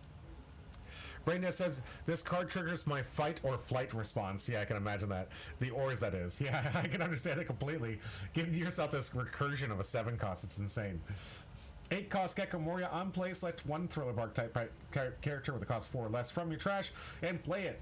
Add it to the top of your life cards face up is an option. And of course the trigger. Get those cards back. And finally we have Boa Hancock, another interesting include only because of the lore, but obviously a very good card for this play. On play, if your leader has these 7 Warlords of the Sea type, add up to 1 card from the top of your deck to the top of your life cards, then add up to 1 card from the top of your opponent's life cards to their hand. I'm interested in seeing this. I got this list from somebody. The trigger's pretty good. Play up to 1 character with 6,000 power or less. That's pretty good for the trigger. I know it's a 10,000 body at 9, but I guess Porter, you're in the chat. The then requires the first part. So this is just a big body with a good trigger. Braindead says no. The Ords is because of the infinite hell loop. Oh yeah, by the trashing 3 cards and cycling and trashing and cycling and trashing and cycling. Basically, what he's saying here is like you can use the leader ability. Is that one? It's not once per turn, is it? No, it is once per turn. Oh, I wish we'll have to talk about it in the studio when you get back up in here on that heal loop of what we're talking about. You get the effect of Boa. Okay. Oh, that makes more sense. Okay. Yep. I can definitely understand where that's coming from. Yeah, we'll have I'll have Porter. You would bottom the deck Rayquaza, and then heal, and then heal, and then heal. That's absolutely disgusting. Now he's going up against the new version of Black Purple Luffy. Let's see. Did I get a message from him? Because I asked him well before we got it live. I don't have a message from him, sadly. So this is the deck list we're going to be running. I did watch his video to try to add all the cards that I noticed I was seeing and to add all the new cards within this deck. But those that don't know, this is an older character card. Actually, Porter did pretty well in one of the tournaments running Black Purple Luffy. This is a suboptimal list. Okay, fair enough. This is just the cards that I could possibly find within the video here. I don't know all the exact numbers, but I do know most of the cards on this list I did see during his gameplay. Oh, it's bait? Okay, fair enough. He's got alt arts, this card. It's absolutely gorgeous. Monkey D. Luffy, Don ×1, all your characters gain +1 cost, so you get anti-black removal cards. And your turn, once per turn, when 2 or more Dawn cards on your field are returned to your Dawn deck, add to 1 Dawn card from your Dawn deck and set it as active, and then add 1 card, additional Dawn card, and rest it. So nice little replacement effect for a lot of the purple cards I like to minus and help you kind of ramp out here. Really good. We have the Searcher, Trafalgar Law here, looking for Straw Hats or Heart Pirates, but mostly, of course, the Straw Hats. New addition here. I like this one from the new set. On play, trash 3 cards on the top of your deck. What's really neat, this is usually used in the Brook deck, but very good in a theme for Straw Hat that has access to black. You may trash this character if your leader has a Straw Hat type character. Add up to 1 Straw Hat type character, other than Tony Chopper, from your trash to your hand. So, while it's a 1K counter in hand, this will help you loop some of your more powerhouse Straw Hat characters that we're going to get into here below. We got the 2 cost on play. Look at the top 5 cards and reveal a Straw Hat. Nice little Searcher at 2 cost here. Then place the rest at the bottom of the deck in any order. Of course, it has a nice little trigger to play this card, which makes this a little bit stronger than your normal 1 cost Searcher. Same stats on like the counter and the power cost here. It does cost 1 additional, but you're paying for that trigger cost here. Braindead says this is just the best Searcher ever made. The Chopper, absolutely. Yes, the Chopper is absolutely insane. Absolutely. I didn't see too many of these, but I would be surprised if he wasn't playing Usahachi on play if you have 8 or more cards in the field. Rest up to 1 of your opponent's characters will have less. Like we said, there's a lot of powerful creatures, a lot of blockers in this range. This has always been a very good 2K blocker, 2K counter that is just a late game answer to try and punch in the win if possible. Nico Robin on play, Dawn -2. Add up to 1 Dawn from your Dawn deck and set it as active. So this kind of like combos really nicely. Nice little 2K counter that fits in here, but it combos really nicely with the ability of Monkey Luffy to kind of like get that ramp and get some additional cards back using leader ability. Warner Zoro, the 3 cost Searcher, you may return 1 of your Dawn cards to your Dawn deck in the field, add up to 1 Dawn from your Dawn deck to rest the set as active. Sorry, this is a ramper. It got me confused for a minute for the Searcher that is not in this deck list for some reason. I didn't see it. And the old one didn't have it either for some reason. But there is a purple Zoro Searcher that's got a really good body to it. I'm kind of surprised I didn't see it. This Sangoro, though, I did see when attacking once per turn. If you have 8 or more Dawn cards on the field, draw cards. So you have your draw engine, just like Cavendish has been seeing a lot of huge, like, increase in the price and viability of it because that on-swing draw capability from Cavendish. Clearly going to see it from Sangoro in the same ability.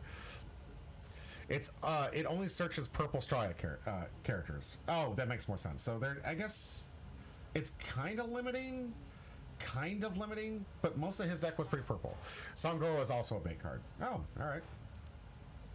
Sanji on play, if you have a character with a cost 6 or more, you already got that plus here. KO to 1 of your opponent's characters with a cost of 5 or less. Not a terrible on KO. I can understand why they don't run too many of these cards because there is a lot of protection nowadays. You're seeing a lot of cards and a lot of decks not using a lot of removal cards in the event area because there's so much anti-removal, static anti-removal. So many cards that just say you can't remove this card, especially with those who are paying attention. It's a lot of new of those 1-cost 2K counters that you can play and leave on the field and basically in the color theme protect the character from being removed from play.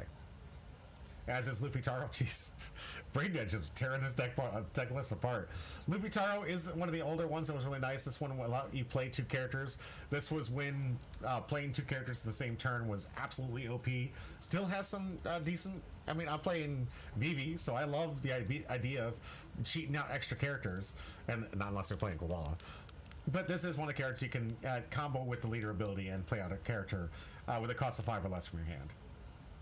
We have the purple attacker. This one's really strong. I've loved this inclusion since it got printed. On play when attacking, Don -2. If your leader is multicolored and your opponent has 5 or more Dawn cards on their field, your straw type crew character's base power becomes 7,000 until the end of your opponent's next phase. I think that's a really strong card. I think this thing can put in some work. It does combo decently with this Luffy deck here, and getting everything up to 7K. Especially your lower cost characters, pretty strong. Sanji, didn't see too many of these. I just kind of kept those in because I've always been fearful of the Sanji. It is a rusher. It does rest cards. It is legal to play still. I put this in specifically just because I'm terrified of this card. This, for a fact, I know is in the deck. On play, if your leader is a Straw Hat type characters, play up to 1 Straw Hat type character with a cost 7 or less. From your trash, this character gets Rush. So this is a nice little 8 cost. The 6,000 power, sadly, that can bring back most of the characters in this field. And of course, everyone knows one of the greatest counters in the game, Dawn -2, trash card from your hand. You get to get your leader character up to 4,000 power plus during that battle, and you get to draw 2 cards. Beer Luffy only buffs leader. Oh, my bad. I must have read that right. Sorry, is the leader. He's right. Pretty strong still. Making a base power 7K. Super strong in this meta. If you don't care about giving any of the good cards in the deck rush. Yeah. 6,000. Yeah. That's fair. Alright, we got our matchup between Lithium and Ace Titan going head to head. We'll skip ahead of all their little shuffling here. Ace Titan, first time ever on camera playing his favorite deck here with Gecko Moria. Lithium playing purple, which is kind of his theme. Lithium's been a lot of purple decks on this mat. I've seen a lot of everything he plays being purple. So, like me, like I like to play red. Everybody has their favorite. It's like definitely moving around. I've seen him on purple Sanji and all kinds of decks, but it's mostly just been purple decks I've seen on screen. Starting off with Trafalgar Law Searcher. Good start for most players. You want to have that Searcher, have that body out, especially for today's meta here. We're going to see what he decided to pick up in bottom deck after this. Sangoro, one of the cards that Braindead said was absolutely a big card. But there's your draw engine in hand. Passing back the turn to Ace Titan. Starting off his turn to Dawn. See if he can capitalize that with his own Searcher. He does. The Trigger Searcher with Lilith. Going to search the top 3. Find that trigger card. Hopefully get the engine going. Did pick up the little, what is it, the teddy bear zombie. I forget the name of. Might see it actually in play here. Maybe. We'll see. Nope. Just going to pass back the turn. Kumasi. Kumasi. Thank you very much. I really should have known it because Kuma is like the name for bear. And Kumasi, of course, that little zombie bear, teddy bear thing from Thriller Bark. Awesome character. I thought it was great. 3 starting off with the Roro Zoro. Here we go. The ramp effects. Try to get some early ramp on. Returning 2 to get leader ability to get the extra active. So now automatically on 4, 2 open. We'll see if we can get an attack in from leader. Nope, just going to use it for the Tony Chopper. Trash in 3. Looking for some targets. We got 2 copies of Nami and 1 copy of Sangoro in the yard. Gonna get a basic 5 attack into life. See if we got to take Ace on the immediate take. Looks like he's got one of those alt art Peronas in hand. Draws a card for turn. Goes to 4 Dawn. We're gonna see what he plays for his turn. Could be a Perona. Would prevent that Zoro from attacking next turn. We're going to see if we get a 2020 Chopper activation next turn from Lithium here. See what Ace Titan decides to want to play on his 4-turn. A lot of choices here. A lot of choices. Absalon. Looked like we had Zoro for some heal. Let's see. Looking. Yep. Putting the alt art Perona to the top here. Locking up that Zoro just as predicted. Protecting the turn. Do we get an attack from leader? Should. Anyways. Here we go. 5-5. Doesn't get a 1. Lithium on the take. Very, very, very common for players that play this game to not fight the first swing, try to get that card in hand. I'm not a big fan of going down to 3 and a 4 life leader, especially with how many yellow decks run out there and Kikanojo just rampant. But we'll see. Tony Chopper activation to get the Nami to play that, to get a search on. So Lithium digging, trying to find a different answer for this now forward on available turn. Gonna take a drink here as we see what Lithium decides to pick up. Beautiful hand here from Titan. His curve particularly looking pretty good, actually. Got all the parts and triggers. All he just need to do is start getting some stuff in trash if he wants those triggers to activate, right? May see an activation of Gecko Moria just to get the Perona on the cycle. Forward on here. Likely enough to be playing something to ramp, but nope, here comes the first 7K swing, asking for 2 and a 1. 3K from Ace, decides to take. There is a trigger, but sadly nothing in yard in order to activate. 2 cost for Honor Zoro. Missed that one somehow.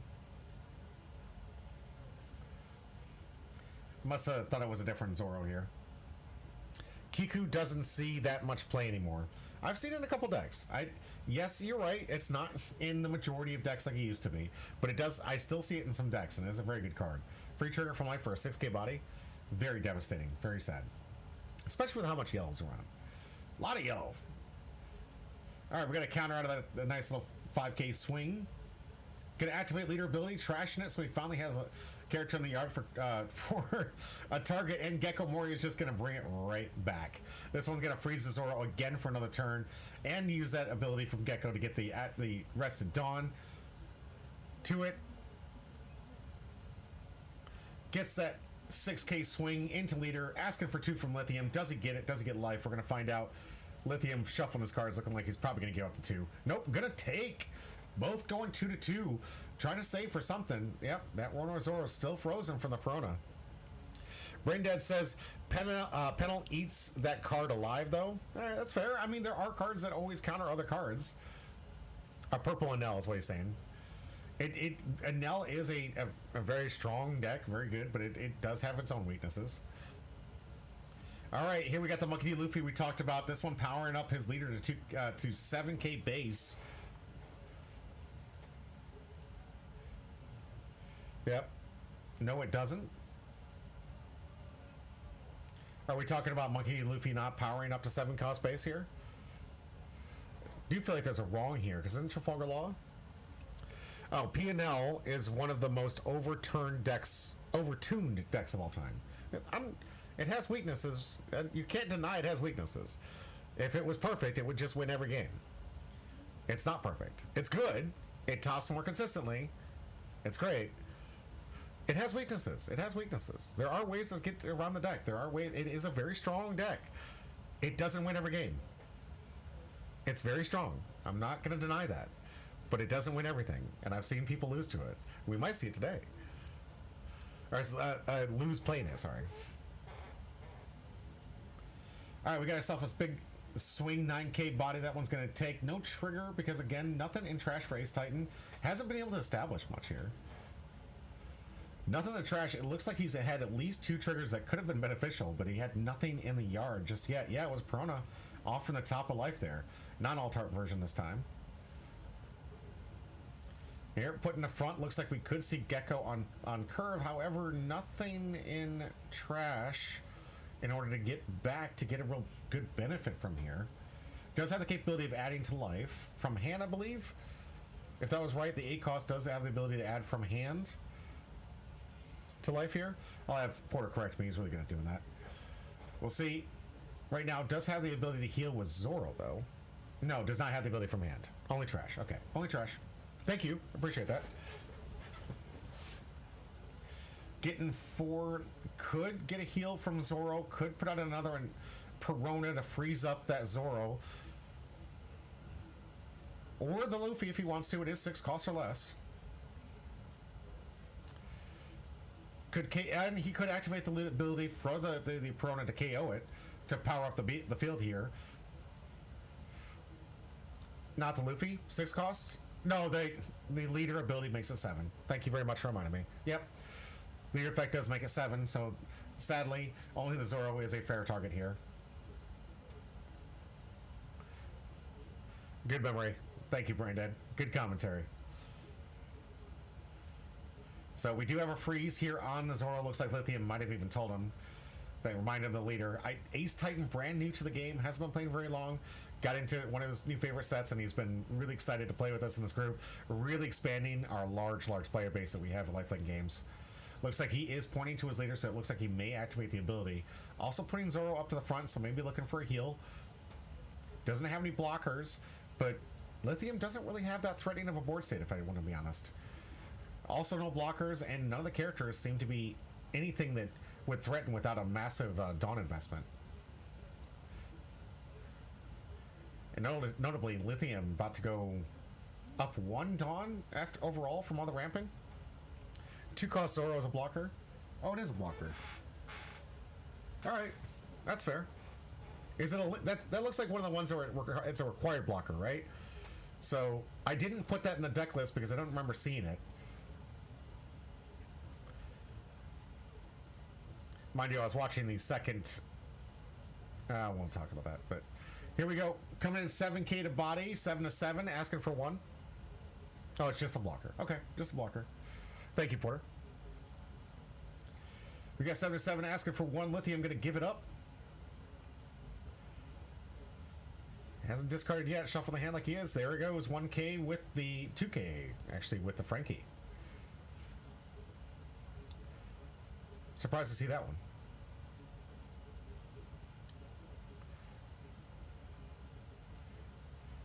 Draw for Lithium here. Blocker 7k, Monkey D. Luffy, leader. Max board state. Anything he plays here is going to have to trash something. Likely going to be the Trafalgar Law of all characters.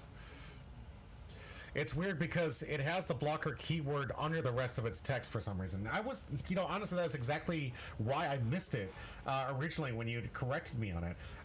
Most of the time when I'm looking at cards for blocker, I recognize the orange text, but it's always up here when you see the blocker. And it was a little awkward for me. I was like, what? Where? Oh, it does have blocker. All right, here comes that 8 cost Nami that's going to be playing something for free. We'll see what it comes out with. We have a 6k rusher. We'll see if that happens. This replacing the Nami searcher? Maybe. Talking about looking like the Sangoro going to be the choice here. It's just formatted weird. Yeah, I agree. Sangoro out to play. Nami does have rush, so we do have 3 attacks currently on the board. Here comes 7, 8, 9. Going into Gecko Moria, asking for a 2 and a 1k. Ace Titan looking decently bricked up there with 2 of those cards. Definitely a brick. A 2k in hand, but gonna let that one go. Second card in trash for Ace Titan.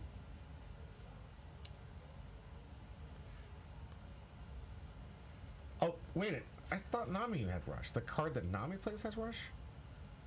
That's a...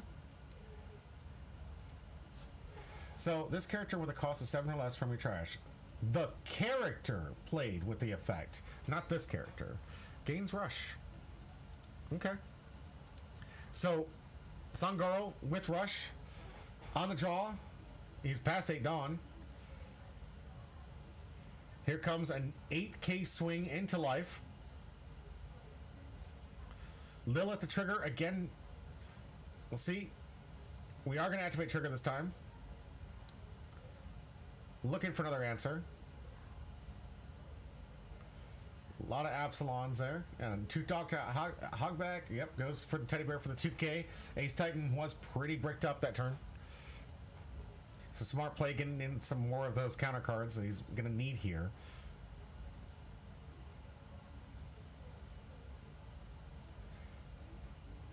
Got 2 of those Boa Hancocks. Could play next turn when he goes to 10. Looking like he should be able to survive this turn.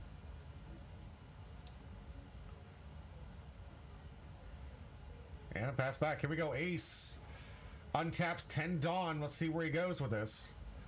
Definitely looking to try to heal some of it. Putting the bow to front.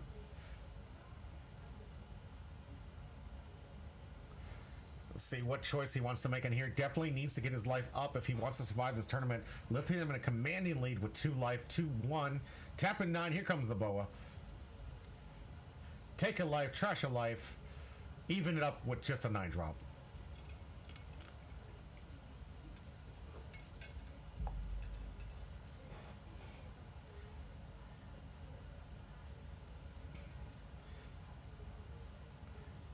So, we got ourselves a big body here with Boa. Another opportunity to tag back with it.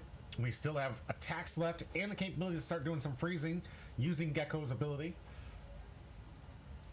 We'll see what we get here from Ace Titan. A lot of potential swings. Perona going to get some massive swings in. Do have an opportunity to add a Dawn. That remaining Dawn here. No, excuse me. Oh, geez. It's a 7K. I'm mistaken. There are no attacks left. That's it. Played the turn for the heal. But sadly, unless he starts KOing several of his characters here, he's not going to be able to really get much of a swing in here. Coming in 6 in a Sangoro. Asking for 1, gets it. Activates the ability, going to keep that Zoro frozen. No, the Sangoro frozen. Smart. Zoro finally unfrozen. We're going to attack. Here, looks like we got the pump from Gecko. Did that make enough for him to be able to swing into it? Looks like we got a 7 into Luffy. You got a 1K counter. We could see another sack of this Perona just to freeze one of the characters for 1 less attack. Nothing really left for Gecko here to attack into. And you guys can tell how rusty I am. It's been a long time since I've been able to do this commentary. Like a month and a half of trying to get my computer fixed. All these new cards, I get to play against them sometimes. I don't get enough time to play the game. Alright, 5 swinging in. It's not going to really do anything. Or shouldn't anyways. Unless he's going to Sangoro. Oh, going to trash 3 from hand to get a life. That effect I was just talking about, like no one uses. Ace Titan's like, I'll use it. I'll use it. I'll get the extra life. Here we go. It's the mole. Welcome to the chat. Yeah, we got a 3-card discard to get that extra life. Trying to stay alive. Had a lot of bricks in hand, so I guess he was getting some optimal use out of it. When it's a 3 brick, it doesn't matter. Yeah, you're right. Absolutely. When it's 3 bricks, you're just happy to get rid of those cards, at least save life here. Yep, Ace reminding him that Sangoro is locked for this turn from the lead effect, sacking the Perona and Perona's KO effect here. We'll see what Lithium adds to the board state, if anything at all.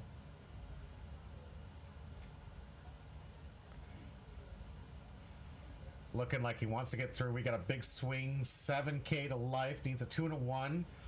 Does he give it? No, but he is going to get a trigger that looked like Perona. Are we going to see the trigger from Perona? We are. Out there freezing. Nothing. But does give him a body next turn if it doesn't get swung into. How can the Luffy be frozen? I thought the leader had the +1 cost.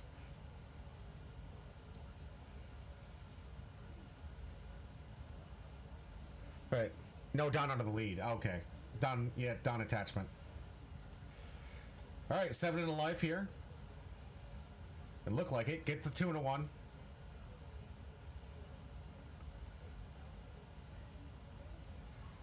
Here comes 7K to life. It's like he can take this one. We'll see if Lithium has any more attacks left or anything with Rush. Use the Nami to basically replay the little Luffy here, just so we could get the Rush. And keep his leader at 7k. Ice Titan, no life. Lithium 1.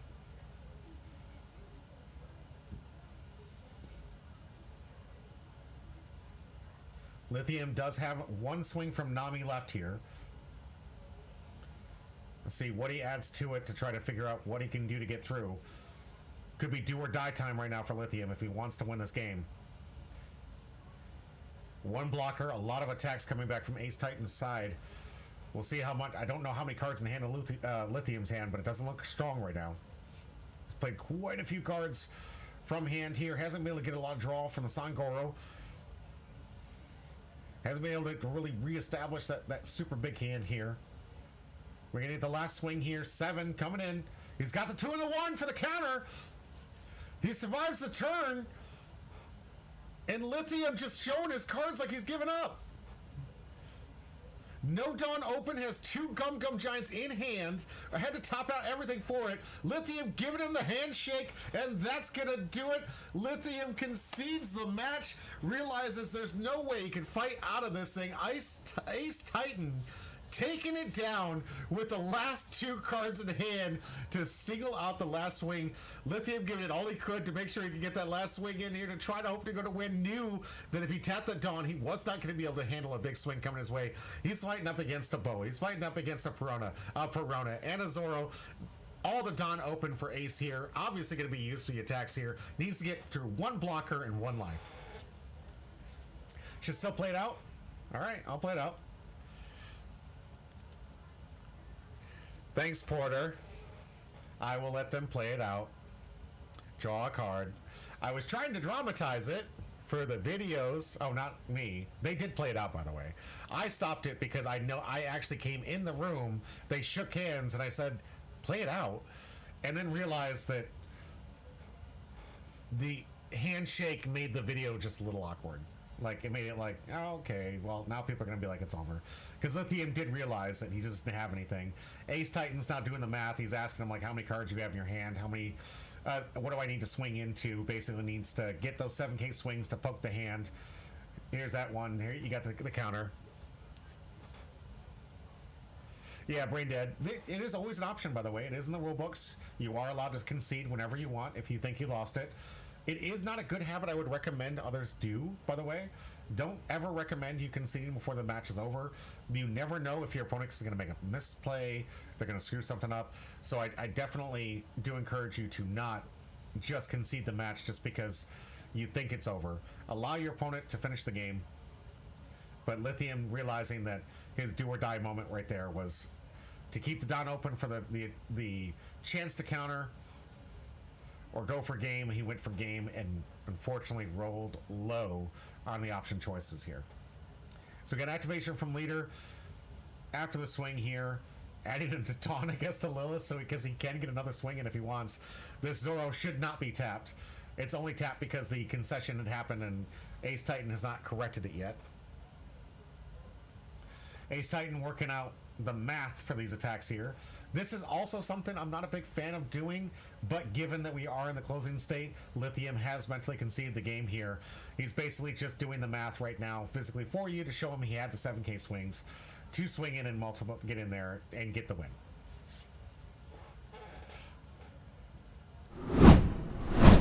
Yeah, that is gonna do it for that match. Lithium taking the L to Ace Titan, our brand new new player here. Definitely representing a fun deck with that black-yellow Gecko Moria deck that we don't see enough of in this format, guys. There needs to be more people trying these other really cool decks. It's fun. I love seeing it. It is Thriller Slop, as everybody likes to call it, but it's Thriller Slop in the deck that was designed around.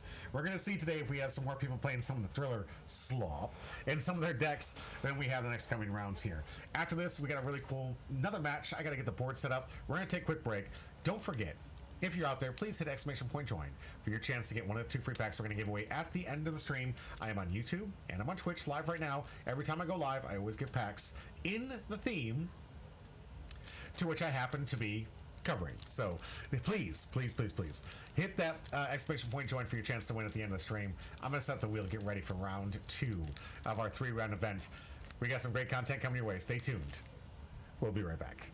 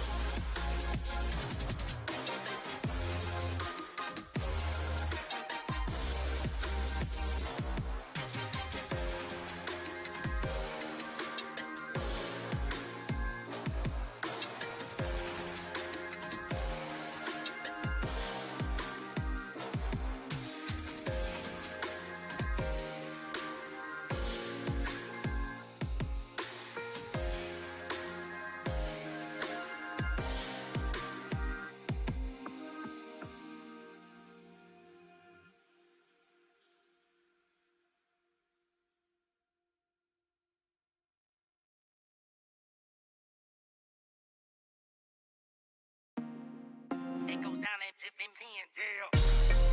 It goes down at tip and 10, yeah. It goes down at tip and 10, yeah. It goes down at tip and 10, yeah. It goes down at tip and 10, yeah. It goes down at tip and 10, yeah. It goes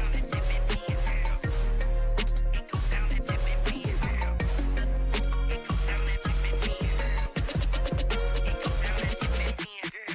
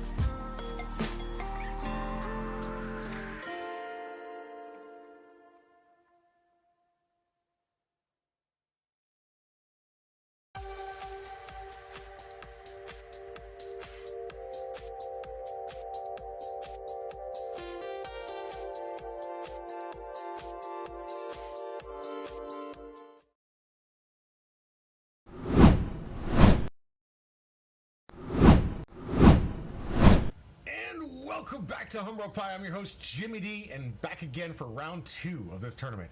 This one's a little bit weird because if anybody's been paying attention to round 1, they're going to be like, wait a minute, I thought table 1 was always represented on camera. Yes, you were in fact correct. Table 1 is the camera for these things. However, during all the activity we've had, and it has been a busy time at Lifelink Games. We have exploded to the point where there is always something going on. The store is almost always packed. We are bringing in so many new players to this card games and all the card games that we have that it is near impossible to keep track of everything.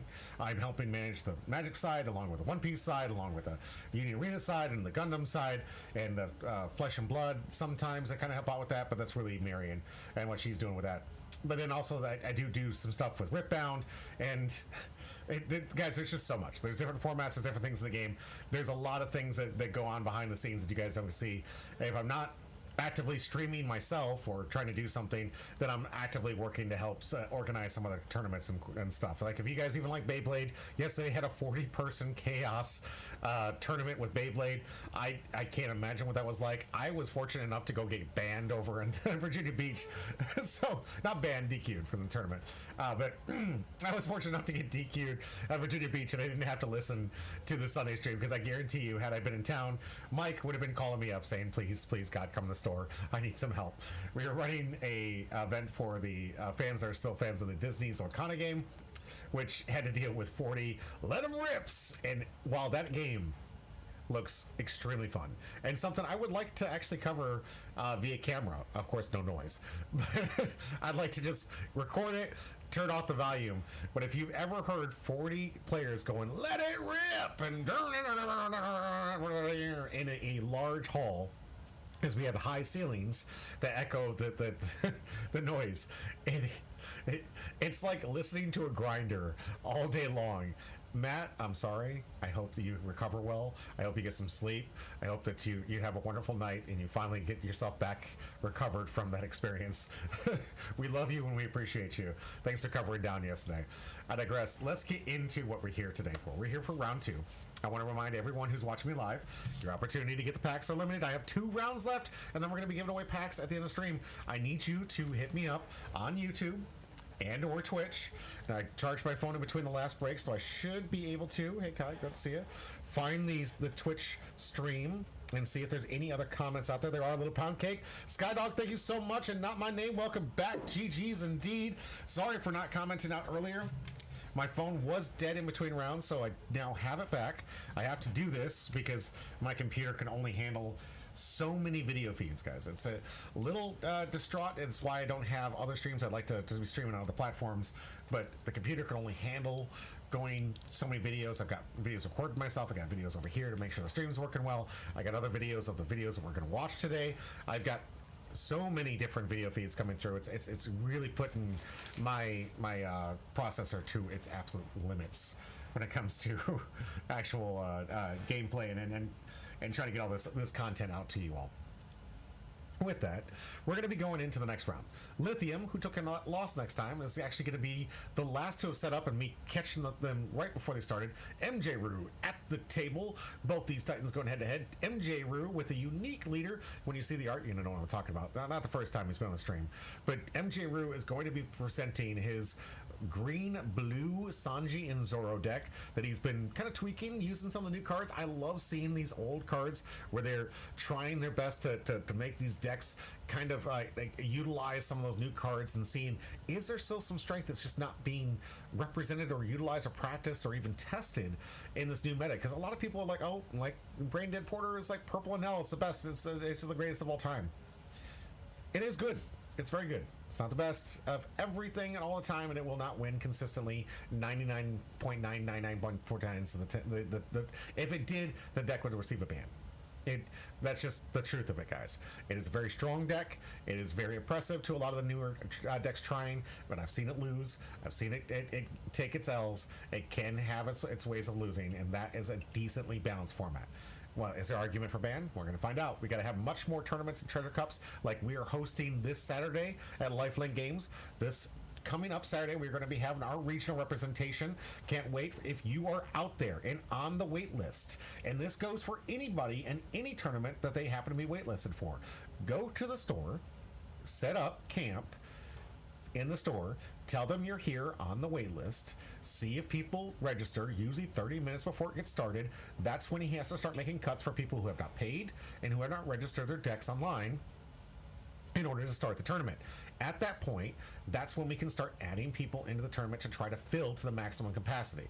A lot of people, because they make it this lottery system, and you guys have been a part of it, you got the systems going down, getting bogged down. Everyone's trying to just reserve themselves to as many tournaments as possible because they want as many chances as possible to get in there, and all of us are fighting. I fought. I was logged in the minute that it went live. I waited, I refreshed, I waited, I went back, I refreshed, I went back, I went back, and I refreshed. I tried, and I didn't even get in the tournament. It was the only one I was trying to sign up for, and I didn't even get into it. So I'm waitlisted myself. I'll be sitting out there trying to see if I can get into the tournament as a waitlist. But I recommend all of you do the same, because there's a lot of people that get overzealous, try to get into as many as possible, and then don't even show up. Something happens, the dates didn't line up with, these all get dropped in the same day. You don't have enough time to look at your calendar. All you care about is, can I register? Can I register? Can I register? Can I register? And then after that's all done, you get into as many tournaments as you can within your radius that your search engine is, then bam, you're in those events. And did you take the time to do it? Sometimes a lot of people don't. It's a really weird system. I'm not a big fan of it. I really wish that they would open it up to the capacity of the store who's hosting them to be able to do it, but there's limitations they have. The size of the store, the greater your score will tell you how big an event you can hold, and there's only a few stores that actually get the invite and capability of hosting these type of cups and these regional qualifiers. So it is what it is. Bandai, your game is much more popular than you give it credit for. There's a lot of people that want the opportunity. I'd recommend expanding it. The competitive play is fantastic. The casual play is fantastic. We recommend that, seriously, if you're out there, if you're watching this video, please expand it a bit, make it a little bit easier for people to go into their own locals and play the game. This lottery system, while understandable because you have more people on demand, and it definitely helps your numbers. I know when it works with the computers, I understand how great it is to go back to your executives and say, hey, the system crashed because we just had so many people, and how great it is to tell your board staff that. I get it, but to the players, it's infuriating. And I know you know what I'm talking about, players. All right, but I digress. Let's get into round two. We've got Lithium back on the table. We're going to briefly go over his deck list because we kind of covered it pretty well in the last match. If you want to see that, go back to the last video if you're watching on YouTube, or go back to the VOD. And then we're going to go into MJ Rue's deck and see what he's concocted with some of the new stuff. Again, both these deck lists are put together based on watching this exact game.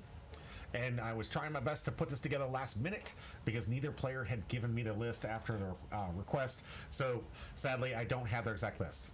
Good news is I do have 3 of them guaranteed. So you're on Patreon, you want to check them out, please check them out. I got those links up there set up for you absolutely for free. Check them out. Every time we go live, we put those deck lists up there, at least when I do it here. Anyways, let's get into the deck list. Incessant today. Wrong scene. All right, black, purple Luffy as we went through. You can't just go to the other side and be like, well, his right arm was tired, so his left arm's fine. You get all the attention, girl. You're good. All right, so we have black, purple Luffy, as we talked about before. It is a blast from the past, one that, with Dawn attached, can increase the cost of your characters to help them for the anti-KO, freezing, all those cost effects that like to do certain things to your characters. It tries to help some of those characters dodge that bullet with the +1 cost. And on your turn, when 2 or more Dawn cards on your field, to return to your Dawn deck, add up to 1 Dawn for your Dawn deck that is active and the other one is rested. So basically utilizing the anti-effects with all the return Dawn cards to ramp those 2 back out, get yourself access to another active Dawn when you minus the 2 Dawn, and some of these other effects, like you'll see, that actually work in conjunction to ramp this deck out to 10 Dawn. Not the most efficient in ramp decks, but a ramp deck nonetheless, because that is what purple does. We've got key cards in this one. Of course, I was talking about the ramping. You got the Warlord Zoro. The ones I love to talk about, of course, Tony Chopper, fan favorite here. You get to trash 3 cards on the top of your deck, and then activate main. You can trash it to get any Straw Hat crew other than Tony Chopper from your trash and add it back to your hand. So this is really good. So if your opponent finds some way to attack into your key piece, or you lose the key piece, or it's in the trash from the mills, you're just going to get that card right back and play the curve that you want to play. And you can activate main systems anytime you want to. It also gives you access to a 2K body, which, as I was explaining in the last video, this current meta is heavily heavily concerned about making sure you have these little bodies in order to attack into these decks that are using very weak characters that are being aided by certain effects, whether it be Trafalgar Law Red sometimes, and it is still seeing play. It's not prominent, but still seeing play. And there's decks out there like we were talking about before with the Purple and L. A lot of those characters at 2k body, there are ways to power them up, obviously, with card combinations, but most of the time it's very efficient. It runs in and uses that Active Dawn to get a 6k plus swing or whatever with those 2k bodies, and you're going to want to have bodies yourself that can swing into those little bodies that are kind of weak in your turn, if that happens to be the case of the board state. So very important to help you get those extra swings, and you definitely don't want to be using your big boys to just kill those weenies. Nothing feels better or worse than having those little weenies getting taking an attack away from your bigger, stronger characters. All right, we have the new Ronor Zoro here with blocker. If your Straw Hat type character other than this character would be removed from the field by an opponent's effect, you may trash this character instead. We were talking before, there are a lot of one costs that got printed in this new OP15 set, but here's this one that is basically anti-removal protection, which is why we're seeing a lot of decks nowadays, especially in today's format, where people are not playing removal. You're not seeing a lot of the big rocks, the gravity blades, or a lot of characters with the on KO ability or on play to KO abilities, because a lot of these cards exist and are available for every single deck to protect those characters with in-color cost requirements, or cards like this one that allow to say, okay, I'll just trash this Zoro and protect my big card that you're trying to get rid of. And with that, people are kind of designing the deck saying removal's kind of obsolete at this point. It's not really what most things are going towards battle phase type of content here. We got the Frankie blocker. We got Sangoro. It's a nice little draw attacker. We have this powerhouse card, 6 costs with Don -2.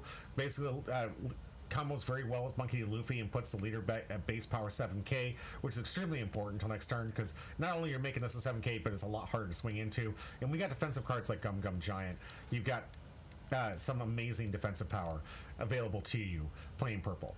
We got the new Nami card, and this one allows them to play a character with a cost 7 or less from his trash, and that character gets rush for the turn. It is a 6k body, but obviously anytime you get to play a card for free, usually it comes with a downside.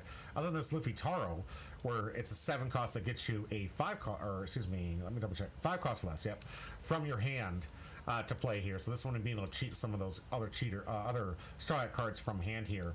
And a lot of basically go wide type strategy here for this purple black Luffy deck. Now, he's going to be going up against MJ Rue's deck, a very much blast in the past. This thing is block 2, everyone. We are currently in block 4, if I remember correctly. Let me double, quadruple check some of these new cards. Are we at block 4? Yeah, we are already in block 4 of card reveals here. This is a leader from block 2, so it means next year going to go bye-bye. But for now, we've got the Ronor Zoro deck here. Soon to be 5, yeah. Soon to be 5. Thank you, Braindad. Thank you. Dante's 1 when attacking once per turn. You may return one of your character cards with a cost 2 or more to your owner's hand, set up to one of your characters with 7,000 power or less as active. What does this mean? I'm going to take my little weenies. I'm going to get the extra on-play abilities for these little weenies, and I'm going to start playing. I'm going to start getting additional attacks from these powerhouse 7k bodies that this deck happens to play with. You've got the Searcher with Nami. You've got the Capone Beiji from OP11. Look at the top 4 cards from the top of your deck. Reveal up to 1 Straw Hat Crew or the Fire Tank Pirates card. And it costs 2 or more and add it to your hand. Then place the rest of the bottom of the deck in any order. Very good, because this gets anything 2 costs or more. And very cheap, so it's a nice little recursion for searching. You got this Zoro. When attacking, if you have 3 or more characters, this character gains 2,000 power during this turn. So a decent attacker if necessary, but something you can return to hand to get additional attacks with some of these stronger characters. You've got Nefertari Vivi on play. If your leader is multicolored and you have 5 or less cards in hand, draw 2 cards. You've got Carrot, the Freezer of Freezers, on play. When attacking, up to one of your opponent's characters, rested characters that cost 7 or less, will not become active during your refresh phase, which is very good in these certain formats, because the can't be restood is not something that most protection cards that we were talking about earlier do, right? Most of them prevent the character from being removed from the field in any way. So no return to hand, no bottom decking, no trashing, no KOing. Anything that would remove it from the field is negated. Garrett doesn't care. It's not removing the character, it's just freezing it. So you don't deal with this character when it lands, it's kind of going to be a menace here. We got Ronor Zoro on play. If your leader has the film or Straw Hat type crew characters, add 2 of your Dawn cards set as active. Set this character as active. So you have this really fun ability to restand some Dawn in the early games to get some reuse out of the searchers if you want to, and give some allocated Dawn to get some big swings in. You've got this blocker Nami that really fits well in the red-green Luffy deck, but this one going to be pretty good here. On play, rest up to 1 of your opponent's characters with a cost 8 or less, then set up to 5 of your Dawn cards is active, so that's pretty good if you ask me. You're resting an 8 or less character, so you have an attack target, and you're getting some active Dawn at the end turn. So, again, not removing, very good effect. Getting it attackable. On play, if your leader has a Straw Hat type, set 2 of your Dawn cards as active. So just a nice little 2K that also has the ability to restand some Dawn if necessary to help with the synergy. Most of the time, you're probably going to see this as a 2K. Nice little Nami addition. We have Zoro, the blocker. Opponent's turn, this character would be rested by 1 of your opponent's character's effect. You may rest 1 of the other characters instead, which is kind of nice. It's like a anti-rest, anti-green in a green deck. There's commonality in One Piece. A lot of the colors come with their own color. It's also a 2K, something to be mindful of, but a very good blocker, saying you can't rest me. This is a lot of people like to rest these blockers nowadays. Sanji on play, set up to 2 of your cards as active. End of turn, if your leader has a film or Straw Hat type character, set up to 1 of your Dawn cards as active, leaving it open for some counter cards we'll get into in just a moment. We've got Monkey D. Luffy double attack. That means double damage.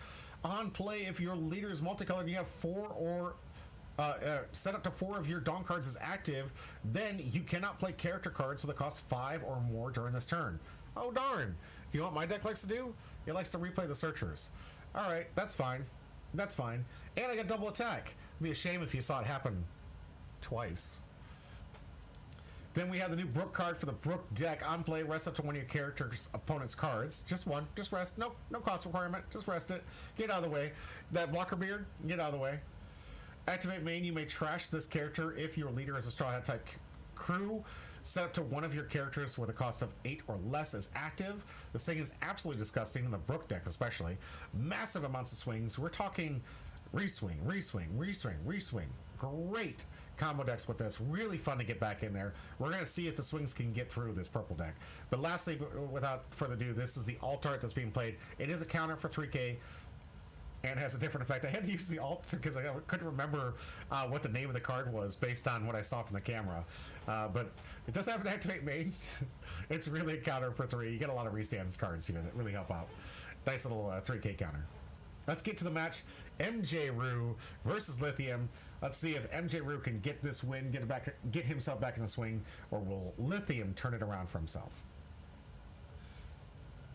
Time will tell. Let's see if we get these 2 gentlemen lined up. All right, MJ Rue starting off with that Nami searcher we talked about. And if you were paying attention at the very beginning when I started this video, MJ Rue has a very unique leader. Not legal for competitive play, but given we are very fan friendly, these cards are like 5 cents, everyone.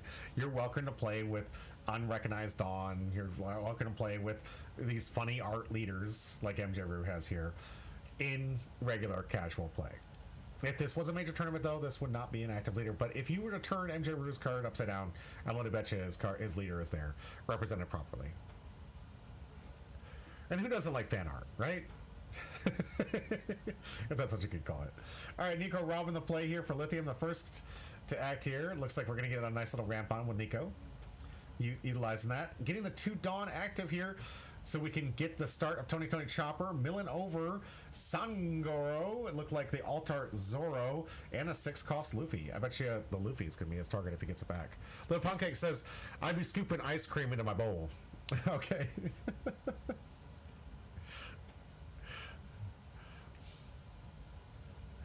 Oh, he's talking about last match. That's what he's talking about. All right, 4 Dawn turn here for MJ Rue. Let's see what he does. We've got the potential for a lot of 4 costs here. A lot of great options. Maybe going for a blocker. Maybe going for... Yep, Zoro, though, the play here. This is the nice Zoro we talked about the on play. They're going to restand 2. Let's see if MJ backs us up with some Yep, already utilizing one of them for an attack. Here comes 6 to life. Lithium, trying to get familiar with this. Obviously, probably doesn't recognize this awesome fan art. But 6 into life, we'll see if Lithium gives up 2. Most players don't. Yeah, they just take. And the first one, just take. Every person, well, a lot of people I talk to argue with me. Oh, you should always take, you should always take. I don't know if always is the option. I get it, the extra card advantage, but I feel like always is the right answer. I'm going to predict MJ obliterates with his amazing fan art. I agree with you. Little Pound Cake. The MJ Rue's intention here is definitely to intimidate his opponent. It's absolutely to intimidate the opponent. All right, going to follow up another Tony Chopper search. We already sacrificed 1 to get what looked like the 6 cost. Lithium just digging through, just showcasing how strong this Tony Chopper really is. Great addition to Black Decks and Straw Hats. I'm a big fan, obviously, Tony Chopper fan. Braindead says 99% of the time taking the first life is correct. See, like I said, guys, everyone I talk to, it's always correct. 99% of the time. And he's dancing around the always. He's right. He's like, it's 99%. So there's that 1% that you don't. I'm saying if you got the counter and you don't need the life and you got the curve, go for it. Keep the pressure mentally on your opponent that you're ahead of the game. Here comes 6 to life. Get the counter out of MJ Rue. There's a nice little 2K from that blocker Zoro. Sacking that Tony Chopper again. Let's see what Lithium goes for this time. Has a lot of options now. Didn't see the choice target here, but flashed it to MJ Rue. Little Pong says 1% of the time we'd be wildin'. Apparently. 6 on turn here for MJ Rue. Let's see what he plays. Looking like a 5 Dawn. Could be a Zoro. Nope. Sanji is the play here. The one that gets a restand. 2 additional Dawn cards here. Very key card to the red-green Luffy deck here. You really want to have that card up, but see, it's definitely a good powerhouse in here. Here we got a 6K swing coming to life. Lithium gives the 2. We're going to look for another 6 coming to life. Looking for 2. Nope. Lithium on the take this time. MJ Rue in a commanding lead 4-2. Restanding with the Zoro ability and passing back the turn with 1 open, indicating he likely has a 3K counter in hand. Like that play. Very strong board state here for MJ Rue. 7,000 power, 5,000 power restander. This Zoro an absolute menace and hard to deal with. I think the further along we get, we're probably going to see some extra swings from Sanji, some potential for some good draws here from MJ Rue. We'll see what he has. Starting off with this 6 cost Monkey Luffy, putting his leader at the base 7,000 power for the turn until next turn. In his curve, we'll see what Lithium does. Probably going to get a swing to life here for 7, maybe more.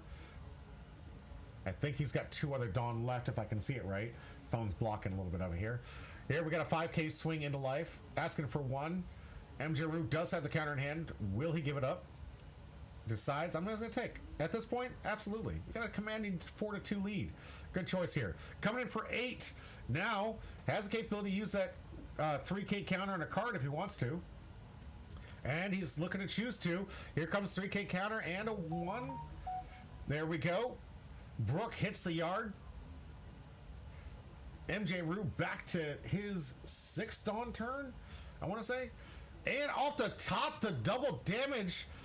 Monkey D. Luffy, I'm imagining that's probably going to be the play. Great double damage attacker. This could be exactly what he needs to put the pressure on Lithium and knock the lights out this game. Looking like we are putting 2 aside, so it could be that is the play. We could also see Brook. MJ Rue still deciding. That double damage Luffy is absolutely a threat. Looks like he hasn't decided to tap anything yet. We're going 5 into the Nico Robin, eliminating Lithium's attack capability here. Good use of the Dawn and attack here. Sanji can attack life if he wants to. And it is Monkey D. Luffy coming out there with the double damage, getting the restand and some active Dawn here for some massive swings, freeing up that Dawn for the leader swing. Potentially might be able to want to use some bounce effects with the Nami back to hand and replay it for some extra search. We'll see what he decides. A lot of options with this, a lot of swings coming in Lithium's way. Let's see if he has enough cards to actually counter out of him. Going for the 4 cost here. It does say 5 or more. He's double checking it. Yep, it is 5 or more. This is a legal card to play. Interesting. MJ Rue going for basically, don't need the counter. I want bodies, I want swings, and I want to end this as quick as possible. Good strat. I like it. MJ Rue, good call. Here we go. An 8K swing coming into life, asking for 2. What's Lithium got? Lithium on the defense here. On the tank. Does have 1 active open, mind you, so could have a Gum Gum Giant.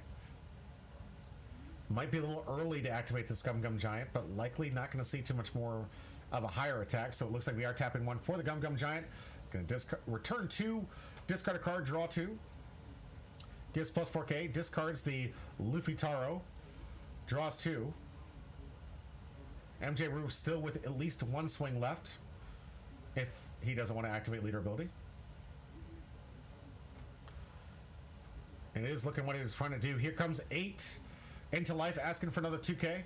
We'll see if Lithium drew 1. 1 card in hand is the Brook for MJ Rue.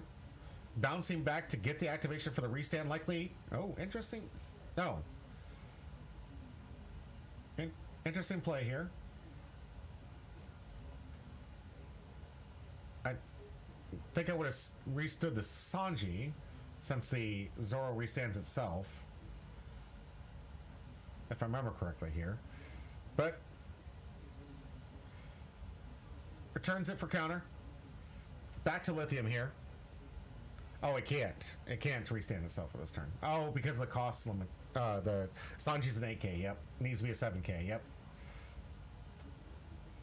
Alright. MJ Rue just thinking ahead, trying to get some counter in hand. Luffy Taro the play with Sangoro out for the free play. So we had a 3-card combo. Nami to Luffy to Sangoro. Lithium saying this is why I play the deck. I want to play 3 characters for free. Looks like we got 2 attacks from Monkey Luffy and Luffy Taro. This one, MJ Rue not willing to defend. Good choice. Don't waste the counter right now. You have a great offensive turn next turn, especially with how much Dawn you have left. Going to full 10. Here comes the rush affected by the Nami. This one going to be a take from MJ Rue in a very still commanding lead. 2-2. Here comes 7. Could counter out of this, and looking like he's going to. Does.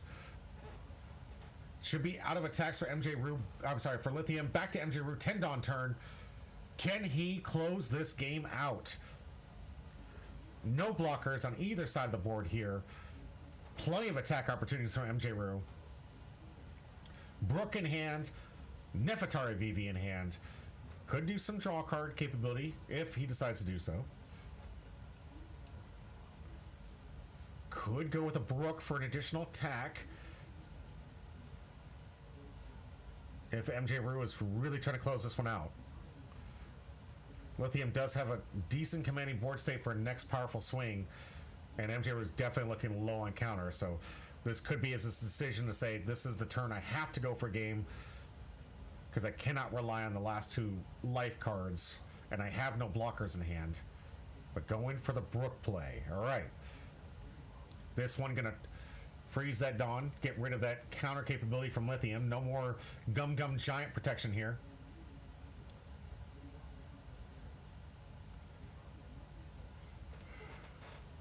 MJ looking to see.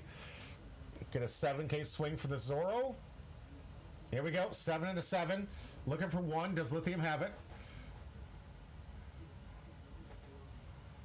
Is he bricked up? He's looking at his hand. He's taking his time. Puts his hand down. Looking at the potential attack here. Likely trying to plan out his turn. Say, what attack do I need to counter out of here?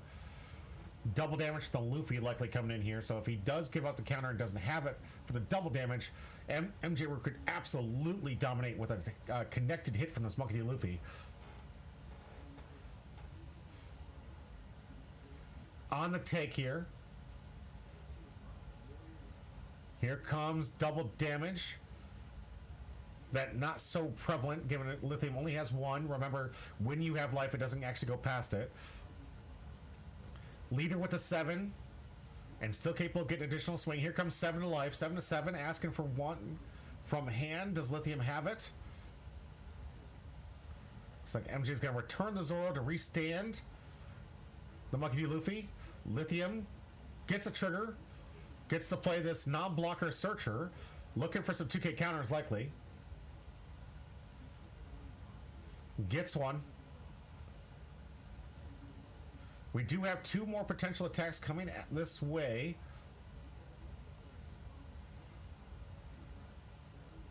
First swing here from there, Monkey D. Luffy, 7-7. We got the counter. Now, do we sack the Brook to get the last attack and try to go for it? Or do we hope to survive next turn? Personally, I'd say we sack the Brook. This is really your only out at this point, MJ. I don't see how with 2 cards in hand you can defend. Oh my gosh! And that's it. Bricked up the Brook saves the day. All those bricks in Lithium's hand. Rue, MJ, with the proper decision. Out there, swinging in, Monkey D. Luffy. Triple attack card combo. MJ, cleaning house with that intimidating leader. That's my freaking Rue indeed. What a game. GG's all around. Fan-freaking-tastic. That was outstanding, guys. I hope you guys enjoyed that. That was great. MJ Rue making the critical decision at that moment, realizing this is it. I don't see how MJ actually gets through this. I really don't. I'm looking at this board state. I don't think he has the cards even in there to count on the 2Ks. A lot of swings from Lithium coming from the backswing, making the appropriate decision and paying off with a 4-bricked hand from Lithium's side and using it with proper sequencing to rest that open dawn to keep Lithium from being able to use that Gum Gum Giant to protect himself from that turn. He needed that cycle. He needed that discard to get that those 2Ks that he was hoping to have and get that hand unbricked. But MJ Rue, outclass, outstanding job. Lithium, well done, well performed. Good job from both players. Still a great match. Really proud of both of you. Great match. We have 1 more game left, everyone. 1 more game left. We've got Porter at the scene with Zenda the Dragon. These two going to go head to head. These both undefeated. One of them, only one, can win the top prize here. That amazing double pack and all the really cool prizes in this. Lifelink loves to give away at our locals, and you outside can get your chance on 2 of these packs with a simple exclamation point join if you're new, or just a chat if I've seen you talk before. If I've seen you before, absolutely. Okay, what did you do? Lowering my desk on me. What are you up to, girl? All right, we got a quick break ahead of us and 1 more match. Stay tuned. Can't wait to showcase this. Lucy versus Blue Yellow Nami. I like to talk about these lists. It's gonna be great. Porter, if you're still in the chat, let's talk about how cool your deck list is. I like this. I can't wait. Let's get into the next match right after this. We'll be right back.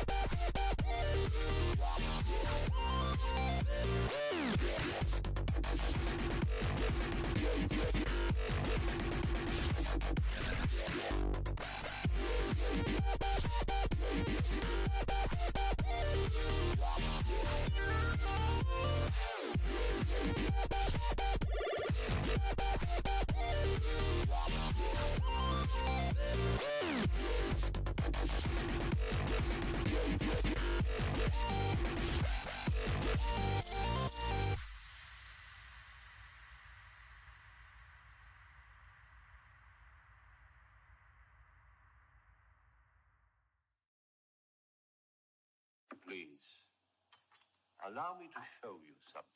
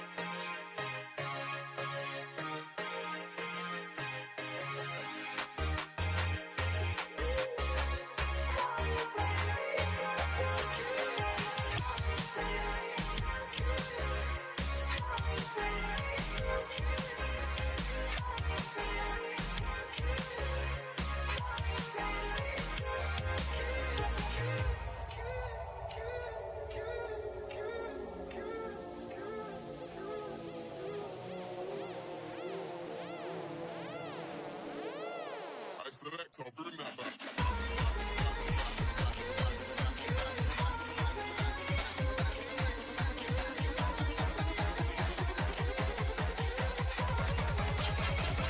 Get your hands up. Let's go.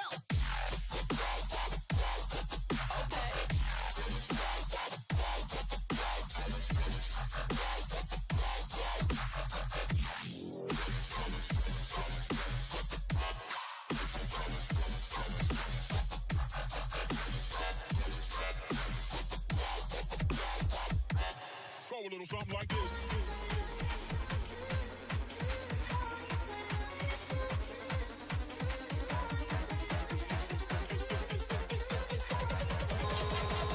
Hit him with the remix, yo. Switch.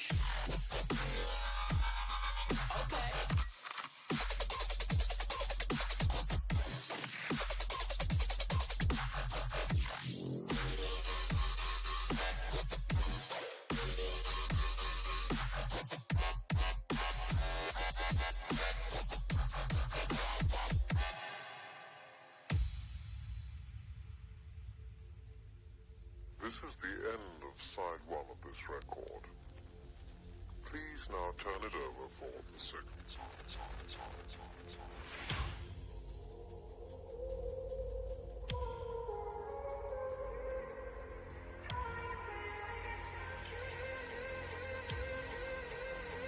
I've got a different idea.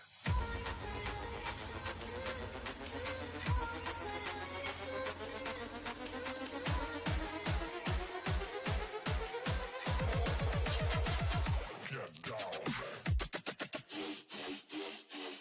Yo.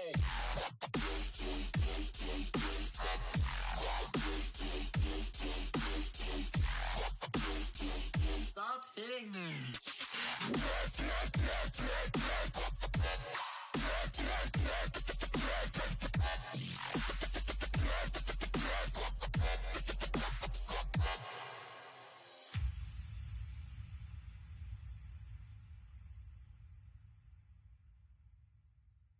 What do you know about all the filth that's going on here, huh?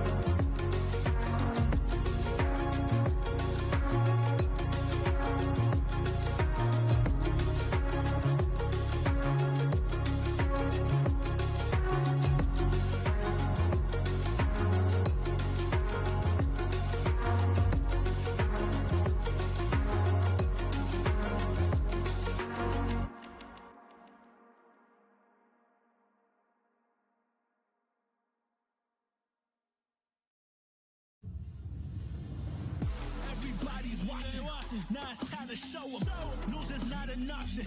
So I'm locked and loaded. You see them colors, right? Boy, that's family pride. And when it's all said and done, we'll hang that banner high. I am to the ceiling, legends in the building. I'm the hero and the villain, depending on how you spin it. Taking out the competition, I enjoy the feeling.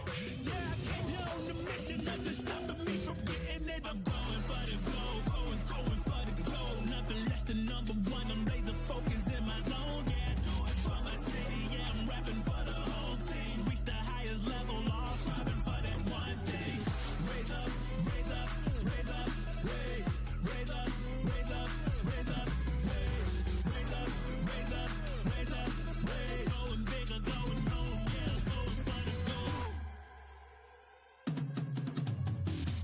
I'll give everything that I have in this moment. I'll give the best of me and show I am the strongest. I never failed a dream, it's just how bad you want it. We bout to wreck the scene, good luck to my opponent. I'm a beast, a machine, I'm a monster. Bring the heat like the steam from a sauna. Off the leash, me and my team, we bring the drama. We believe anything we can come. Yeah, high up to the ceiling, legends in the building. I'm the hero and the villain, depending on how you spin it. Taking out the competition, I enjoy the feeling. Yeah, I came here on a mission, nothing stopping me from getting it. I'm going for the gold, going for the gold. Nothing less than number one, I'm laser focused in my zone. Yeah, I do it for my city, yeah, I'm rapping for the whole team. Reach the highest level, all striving for that one thing. Raise up, raise up, raise up, raise, raise up, raise up, raise up, raise, raise up, raise up, raise up, raise. Going bigger, going home, yeah, going for the gold.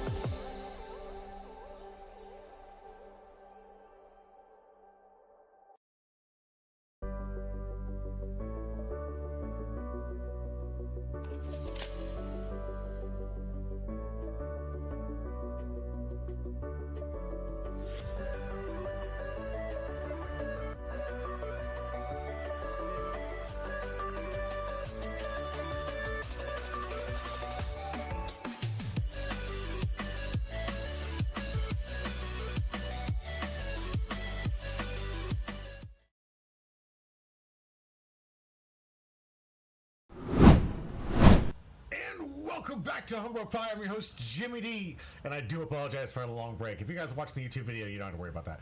But I did have to take a long break. I'm still trying to work with my stream deck. It's not working appropriately. You guys might notice like some sound effects might be absent or missing. Maybe that's a benefit. Maybe it's a loss. I don't know. There's a lot I'm still working with in the back screen to try to make sure that we are fully operational. Good news is, in a long time, I have not had the stream come down with the mics were suddenly not working randomly. It's been working the whole time. The video would cut out or it'd have something cut out, and that's not happening anymore. So bless the computer's doing some good stuff. That cleaning really did some work, but there are still some nuances that I'm still trying to work out to get right back into full capability mode, and then we can really start cooking with some awesome new content that I cannot wait to show you guys as we continue to grow this channel and say thank you to the rest of you guys who supported us since our inception. We keep growing every single day, and I appreciate you. We got a bunch of followers that come in here, see these VODs, and I appreciate that. Check it out. I'd prefer you watch it on YouTube if you're out there on YouTube.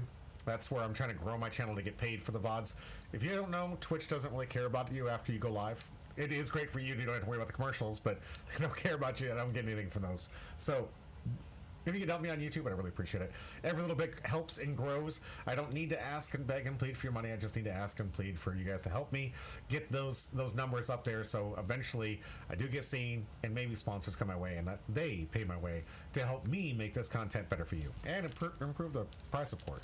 I do love giving away stuff. If you guys have been a part of this channel since day one, you know I like to give away boxes. I've been doing it. I've been giving away cards all the time. I spend a lot of my money on trying to make sure that the player base is taken care of. They're getting product at a good price, and I get to see the joy of them playing their favorite card games, because it's one of my favorite pastimes, and I hope it's one of yours too. It's a great place where you can play your favorite IP, play with and talk to people who share your interests in the same different IP you happen to be talking about. Great people. There's nothing more that you could ask for in the 2026 era than time with people, face to face, getting to socialize. There's so little options nowadays. This is the place to do it, guys. This is the where you do it. This is the people you want to stick with. And the place you're going to want to go. I'm telling you, we grow every single day at Lifelink Games. It is turning into almost its own dating market. I think it's hilarious. This is the place where you can actually meet and socialize with people, and it's appropriate to do so. And I love it. Why? Because you also get to play games, and you challenge yourselves and put yourselves in some fun situations, you know? All right, so we're going to get into the third round of today's video before we close out tonight, and of course give away some packs. Hoping for a big hit. We'll see. I heard there was a manga poll earlier, so we still have some SP potential left here. I don't think it was from the same box, but I heard congratulations. People were freaking out on Saturday. I heard that and I was jealous of this one. The manga was pulled here from what was it? That was a Kobe manga. It's not the most expensive one, but it's still the manga. That's always got to be a good feeling. I have yet to know what that feels like. One of these days, I might. I personally would like to have you experience that as a free winner of a manga. Probably not going to be tonight, but if it does, magic is in the air. We're not talking about the other game. I'm talking about magic. So let's get into our final round. We have Porter head-to-head with Xander the Dragon. Man who's been putting up some great results lately. He's really a great player. I enjoy playing him. Really fun. I love playing both these guys. Let's go. Porter sharpens the blade for me, and Xander is just an absolute hoot. It is just fantastic to get these guys, and they're doing so well. They're at the championship table, and one of them is going to walk away with some amazing prize support that hopefully we can put on for you guys at the end while we also spin the wheel. I see this. Let's find out who's going to win between these two titans. We have Blue Yellow Nami versus Red Blue Lucy. Let's check out the deck list. All right, starting off with deck list with a Blue Yellow Nami from Xander the Dragon. It's going to look a little familiar from some of the deck lists if you've been watching today. There's the Thriller Slop. I told you guys, all yellow seems to be playing it. It is absolutely consistent with the triggers. Really doing a number with this Perona. It's really where a lot of the Thriller Slop comes from, because this card is so incredibly powerful. It's only a 4 cost. It's easy to get back from the yard when it's out there on play and on KO. Up to one of your opponent's characters that cost 6 or less cannot attack until the end of your opponent's end phase. As I've been talking about the new meta, removal's out, freezing, resting is in, guys. All these cards that they printed, especially in this new set, 1 cost 2K counters that prevent the removal of cards you can't add cards to hand anymore, can't bottom cards anymore, you can't trash cards, you can't KO cards. All the rest of the abilities that would allow you to handle the threats that are on the board outside of battle are getting negated by simple cards that are in like everybody's deck. Everyone's playing something to protect their characters, and it's just removal is just too hard. You already had leaders with characters and already that said on them that they could not have them happen, and you already had some protection within certain decks. Now every deck has access to those 1-cost 2k counter cards that you work within the colors to prevent removal of certain characters. And with that, you're seeing that it's much more difficult to deal with threats outside of freezing them, like you see with this Perona, or resting them, like you can see with like Carrots and the rest of them. Like they kind of prevent them from being restood. And with that, this is one of the combos you're going to see more prevalent within yellow decks. It doesn't mean it's guaranteed, just what people are leaning on because of the consistency with the triggers. Remember, when you're playing yellow, you either live by the trigger or you die by the trigger. So we got Kamasi, a nice little 2k counter that really gets the trigger friendly going easy and fast. It gives you a target immediately just to kind of like play around with. It's really good in the black yellow Gecko Moria deck, but still a nice little 2k counter that does have a trigger that will help you start the cycle of Perona here. We have Kazuki Hiyori, which, let's talk about the leader first here. Your turn, once per turn, this effect can be activated when a card is removed from your opponent's life cards. And he has 7 card less, you or your opponent's card, sorry. If you have 7 less cards in your hand, you get to draw a card. So, if you happen to deal damage, you get to draw a card on your turn. And if you happen to take your own, which we're getting into some cards, you get to draw another card. So blue does best, doing a lot of draws. And Don times 1 on your opponent's turn, once per turn, you may trash a card from your hand. This leader gains plus 2,000 power during the turn. So this thing can become 7k by just discarding 1. We saw how powerful it was in the black-purple Luffy deck and a lot of other decks where you're having that static 7k body. It's much harder to swing into. This deck used to be the deck of choice where it was like just blue, yellow, good stuff. Now that we've seen enough cards and things have been coming out, the blue and yellow Straw Hat themed cards are good enough. You're seeing, or this Thriller Slop are enough to create a quasi theme for these blue-yellow decks that used to just be blue-yellow good stuff. Now this one right now, I'm still calling this blue-yellow good stuff because we've got Newgate in here. Everyone's like, what the heck's this doing here? It's 10 cost 12k body that allows you to draw 2 cards and trash a card from your hand and then give one of your characters 2 Rested Dawn cards. So a nice little 10 cost 12k blocker is absolutely intimidating. Most of the 10 costs are prone to being protected just because of the cost on their own. There are cards to answer it, but not too many. And a 12k blocker is so threatening. Not to mention the turn that they can start turning defensively. It's almost lights out for you. We've got some amazing, of course, Kikin Nojo, the one I keep telling you guys to be on the lookout for because a lot of people do still play this card.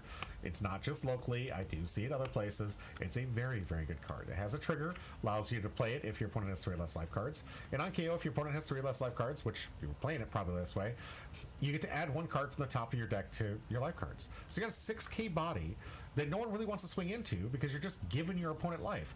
On top of that, you're stuck with a 6k on your opponent's side of the field. It's really intimidating. A lot of, like, a very little Dawn investment if necessary at all. You get to get a guaranteed 2k swing. It's a 5k leader. And it just an absolute powerhouse for what it does. You've got Dr. Hogback that it starts the trigger here. This one on KO, it gets to bring back a card. Really, most of the time you're using this for the trigger to get the Corona back. You've got this new Ronor Zoro that just came out here on play. You may trash a card from your hand, add up to 1 card from the top of your deck to your life card. So a nice little life gain here. You'll notice this deck is missing something. I'm sure a lot of you at home are like, this isn't the optimal list. Where's my Borsalinos? Well, sad to say, Borsalino's kind of hard to get. That would be a really good poll tonight, honestly. But Borsalino's kind of expensive right now. It's really hard to get. Not a lot of printing. I don't even have a community box right now because the product is so hard to get your hands on. And I get it. It's hard. There are people paying premium pricing just for an SR for that Borsalino that's really in all yellow decks. But even without it, Xander's been doing pretty well. He went 2-0 leading up to this point, and he's playing with what I think is arguably a good replacement slot for it in this Marco.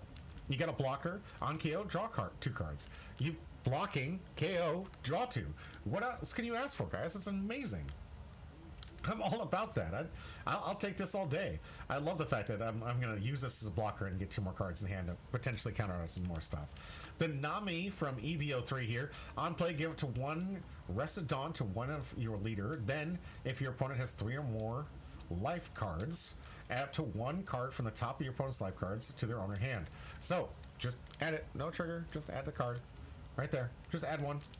Doing some damage on play. Pretty disgusting. Yellow does some nasty stuff for life. On KO, you may turn 1 card from the top of your life cards face up, and then you get to play any character with 6,000 power or less from your hand. You can even play this card, guys. You can have them take 2 life out of this. It's a dangerously risky game to try to want to remove this thing. On top of the fact that there's so much anti-removal, then they have cards like this that are just like, if you remove me, you're going to get punished. And just so good. This one was the Borsellino of its time. Probably still up there in decent price, but man, it was definitely up there. And same with this, a Nico Robin from EBO3. On play, you may trash 1 card from the top of your life cards. If your leader's a Straw Hat type, so you get to add 2 cards from the top of your deck to your life cards. So trash 1, which there you go, you get 1 down, but you get 2 back. On opponent's turn on KO, you may deal 1 damage to your opponent. Now, if you are new to the game, damage means if you're at 0 life, you lose the game. It's important for you to know. If you're new to the game and you have 0 life and you try to kill this, you will lose the game. Only Oh Come My Way combos from the Crocodile deck are the ones that can kind of redirect attacks like this right now. But it is important you remember this because you are going to be taking a damage. It will take a life from you. You will be, if you try to get rid of this AK body, you will be punished. And if you're at 0 life, you could potentially lose the game, so don't make that play mistake. New players. The rest of you guys are old farts that know what I'm talking about. I'm like, yeah, of course, who would tech into it? Yeah, you wouldn't, but some people don't know. And reading is fundamental. Some people don't read. Me sometimes. On play with the girl, the great promo that came out from one of the tournament seasons we just had. Love this episode, by the way. If you haven't seen it, you're missing out. It's kind of separate, but it really does play into a lot of beautiful scenes within the show. If you didn't cry during this episode, you're not human. The thing was gorgeous, guys. This episode was fantastic. But I digress. Back to the card game. On play, draw 1 card and trash a card from your hand. Activate main once per turn. Give it to 1 rested card to your Nami cards. Activating that leader ability for free every turn with this. So it's a beautiful combo and a great callback. Last to talk about here, I guess. Well, we got this Sanji here. It's a nice little one-off here. Nice little blocker. On play, up to 1 of your characters gains unblockable during this turn. Pretty good for a final swing, would you say? And it does say up to 1 of your characters gains unblockable. So you do have the potential of making a nice little blocker beard unblockable if you want to. Really nice that it isn't limited to the Straw Hats. Of course, you do have the Gecko Moria here that does get 1 of the Thriller Bark cards back from your trash. That's good. I like it. Getting Thriller Bark, kind of Thriller Bark locked the way that the old 8 cost an 8. And black should have been either leader locked or typo locked like they did here. And it has that continuation for the Thriller Slop combos. Good solid deck here. Obviously missing the Borsellinos. It is what it is, guys. If you can afford it, you can afford it. If you can't, thank God this Marco kind of dropped in price, because this used to be the Borsellino of our time. Now, let's get into one of our new leaders, the dominant red leader in this format. And dominant mean most represented in play, nationwide, all the stuff. This is a really good deck. You have the red-blue Lucy. When attacking on your opponent's attack, you may trash any number of event or stage cards from your hand. This leader gains plus 1,000 power during the battle for every card trashed. So we're going to see this theme and we're going to watch through this, but if you want to look at it, events normally don't have counter. Stages definitely don't have counter. This is a brilliant way for you to play a stage and event theme type deck without the cost of having to play with so many bricks. A lot of decks in the past that tried to do this event heavy type of strategy often had to have those 0 costs and stuff to help you discard to do the damage, or had to come with a embedded 2k counter within it just to even be playable. And it cannot protect board. Yep, Brain Dead. Yep, you are right. It does prevent you from being able to prevent someone from going at your characters, but having the ability to discard them and the draw power this deck has, it is very, very useful from preventing KOs. So one of the things I think it's really good with this is that you are able to turn a lot of those events into that counter when necessary to save your life. Sadly, not for your characters, but for your leader. And finally, activate main once per turn if you have an activated an event with a base cost 3 or more, base cost, remember, during this turn, draw a card. And if there is anything this deck does well, it's frickin' drawing cards. So, Dawn ×1, this card gains blocker, so you didn't have to attach a Dawn for this, but it is a nice little 1 case blocker. And on top of that, on play, you can look at the top 3 cards of your deck and reveal up to 1 Dressrosa type card, add to your hand, then place the rest of the bottom of your deck in any order. So not only is this a searcher, 0 power, but late game, it's a blocker. So you actually get some utility. I don't know if you guys have seen some of the games with these early game searchers. Those cards just sit there sometimes. They're there to counter the current meta, but they just sit there. This is some great utility for it. I like this. Turn it into a blocker. Of course, we got Bella Betty. Look to the top 5 cards for Revolutionary Army, which is our type for Lucy here. Great card. It's been around forever. I thought that was actually block 1, but thank God it's not, because I don't want to lose my Bella Betty just yet. Viola. On play, look at the top 3 cards from your deck, reveal to 1 Dressrosa type card from your hand, and add it to your hand, and place the rest of the bottom of the deck in any order. So we have even more searchers. Searcher. Then we have Leo. If your characters with 7,000 base power or less would be removed from the field, by opponent's effect, you may place 1 of your characters in the bottom of your owner's deck instead. Probably going to be this one, let's be real. Maybe, we do have searchers in here that you can bottom deck too. But this is the 2K counter I've been talking about from the other matches, guys. These cards are in every color. You have a way of stopping removal, which is why most people have legitimately moved away from playing most removal cards, because it's just, you don't want to be bricked up with that removal knowing that there's just no way around it. Braindead says, bottom the searchers first. Absolutely, bottom the searchers to make sure you get extra utilization from this card. We do have the Koala, which is a nice little 2K, but also has an on-play. If your leader's Revolutionary Army, give it to one of your opponent's characters minus 3,000 power. This is relevant in this deck, and we'll show why in just a little bit when we get to the events. This is not the once per turn effect, the Leo. Oh yeah, this is every time they try. Every time they try. I'm sorry if I indicated that this is a once per turn. This is every time they try to remove it. There's so many of these cards in the different colors. This is why there's 4 in this deck. That just prevent removal, and it's literally driven people's deck construction to not having it, and we've seen it in the other decks. A lot of direct damage, a lot of like healing, not a lot of removal. I've seen so many of the what is the Red Hawks and the Gravity Blades and all the usual staples that came with removal just being obsolete. I understand you're saying don't bottom the Leo first, because then you don't get it anymore. I get it. Red Rock. Oh, did Red Rock rotate? Oh, my bad. It is a series 1. Okay. Still, you don't see the Gravity Blades. Still, you don't see the normal players out there. Divine. I haven't seen a whole lot of Divine Departures either. Not the 0 cost that's from Roger. I'm talking about the other one, the red one. It was still legal. It's still see play. You think so? I mean, it is any card. Still good. If they don't have the Leo, or you have an answer to get rid of the Leo, still pretty good. Red ED is too, okay. Red is too slow. Good analysis. We have Cavendish, 4 cost, 6k power.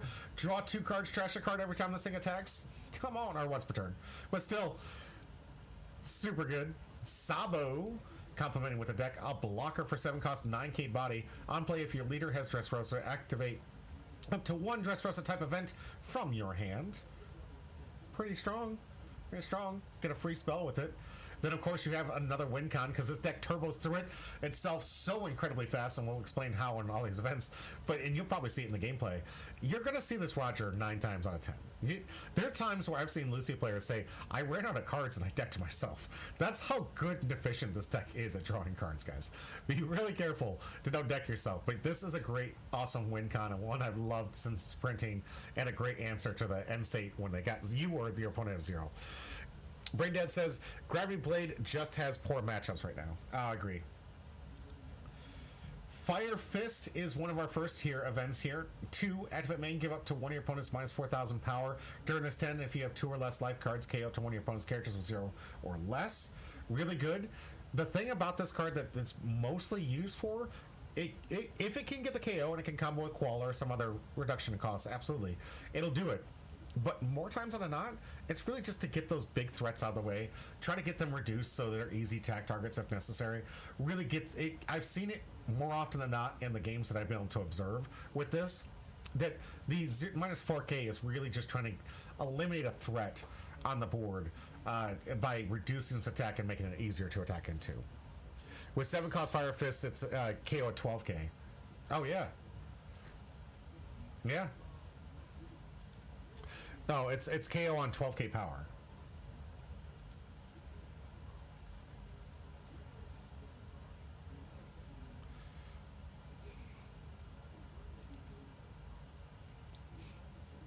Am I doing some math wrong here? On play, if your leader has Dressrosa type, activate one of your Dressrosa type events from your hand. -4. Here. Oh, the 7K. Okay, you're talking about the 7K first. Alright. So you activate this one, draw 2 cards. If your leader is Lucy, double attack plus 3,000. That's not the 7 cost you're talking about. This is the 7 cost you're talking about. Activate main. Your leader gets plus 3,000 power during this turn and give up to one of your opponents negative 8,000, so it complements with the 2 costs that we was talking about. Then you may trash 2 cards from your hand, and if you do, KO up to one of your opponent's characters with 2-0 or less. So yeah, this is essentially the peak of attack power outside of 1 card in the game. It can... A nice little 2-card combo, 7 cost into 7 cost. You have the Dawn left for the 2. You got yourself, you can kill a potential 12K body. Those blocker beards can actually be KO'd by. That's pretty insane. Yeah. Yeah, thank you, Porter. 3, Boof Burst. Activate main. If your leader is multicolored, choose 1. Return up to one of your opponent's characters with a cost of 4 less to owner's hand. And if you have 6 or less cards, you can draw 2 cards. Probably going to see a lot more draw from here, depending. But still good that it has both activities, or both options for this one. This 4-cost event that gets reduced so long as you have 4 or more events in your trash by 3. Could be a 1 cost. A main and a counter go to one of your opponent's characters minus 3,000 power during this turn. Those reattacks not going to be too great if it's used in an encounter, but also really good at reducing some of the attacks coming your way. Simple 4 events in trash, which is really simple to do. You got a 1K economy for that. With the leader effect, it's draw 3 and bounce it for a penalty matchup. Yeah, you're right. The draw 3 is so insane. Then you have this event, add for 4 costs. If your leader is Lucy, choose 1, draw 2 cards, and trash 1 card from your hand. Then play up to 1 Dressrosa type character that costs 4 or less. A lot of options here. Or return the stage to its owner's hand. You can return Emu, which is nice. You can also return yours. On play, if your leader has Dressrosa type, draw a card. And then on your opponent's attack, you may rest the stage and trash 1 event or stage card from your hand. Up to one of your leader or characters gains plus 2,000 power. Thankfully, this deck draws so much, you don't need to play too many of these stages. This stage can be critical in some stages of the game. Pun intended. But it is very, very good. It used to be back in the day, Dressrosas, these stages in Dressrosa used to be like the engine necessary to keep the deck alive.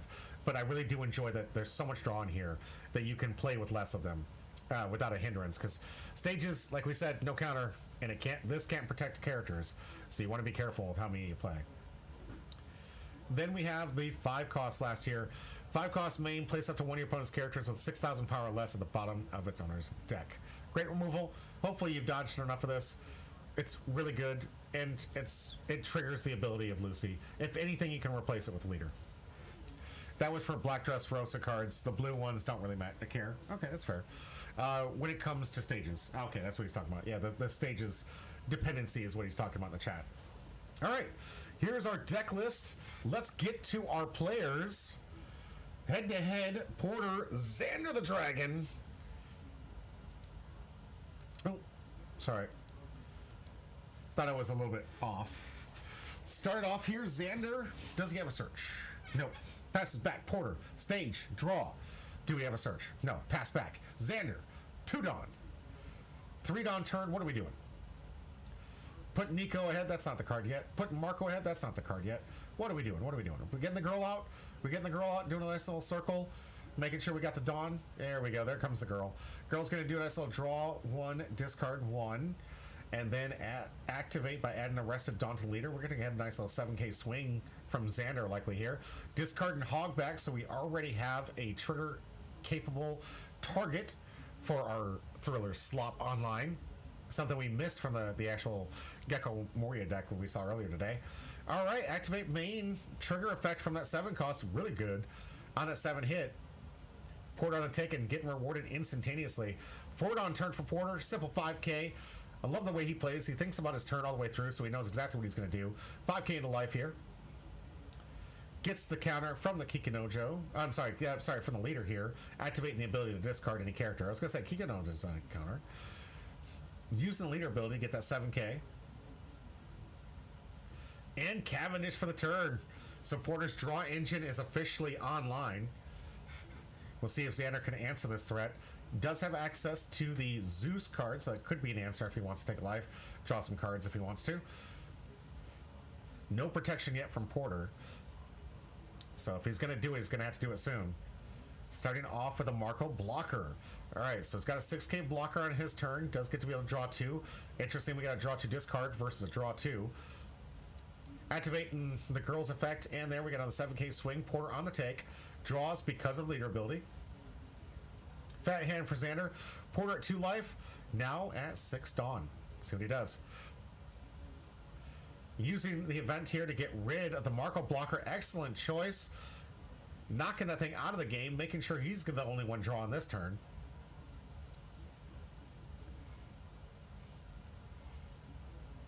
No, the draw I was referring to was the Xander the Dragon draw, Porter. He drew the leader effect. I wasn't talking about you. Maybe I misspoke. But I was talking about Xander. 5k into life. We'll see if he discards again. Does have Dawn attached, so he can get rid of some of these bricks if he wants to.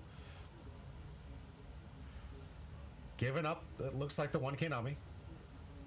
7 into life. I'm sorry, for the leader ability. Here we go, 7 into 7, asking for 1.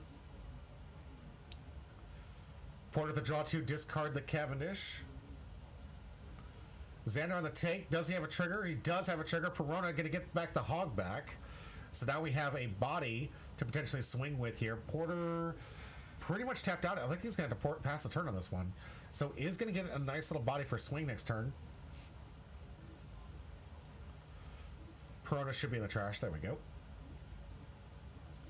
Xander with his now, what was it, 3, 4, 7? Or is it 5? 5 Dawn turn, I believe. See what he gets out with this. No, 6 Dawn. No. Who went first? Too many numbers. Should be 7. Yeah. Porter reminded him that the Marco should be bottom deck from that event stage. For the event. Xander. Hard sometimes when I'm looking at these Dawns. I want to know how much he has access to. From what I can see now, it should be the 7.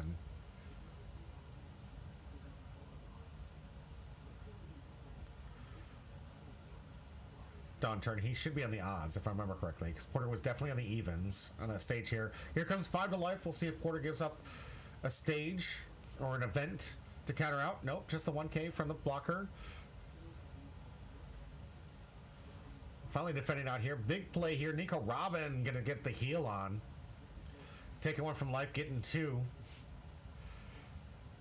Porter's mountain of a climb already back in action. Xander for the turn here.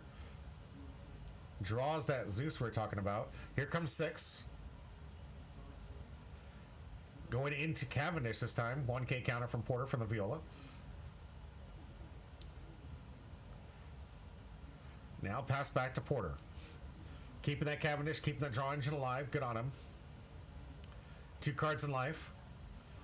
We're about to see a fat hand here from Porter here. We got a simple 6 to life. Draw 2 discard. Nami can keep activating her leader ability. I love Xander uses it more often than I see from other people. Getting rid of a lot of those bricks. Is going to use the leader ability again.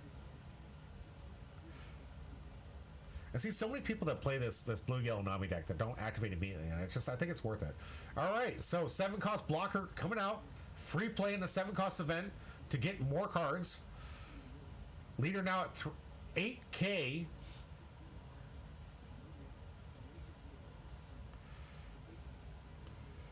And Porter saying he really should be taking more life here to get some more of those triggers here. We'll see what he does. He is countering out quite a bit. So now we have a 9k swing here with the Dawn attached. Needs a 2 and a 1. He does give it up. I'm really surprised. I would have just taken here. You have all those triggers. I feel like you're playing the slot as they say. Why aren't you taking the hits? All right. Excuse me. 9 Dawn turn here for Xander. Oh, that was a double attack?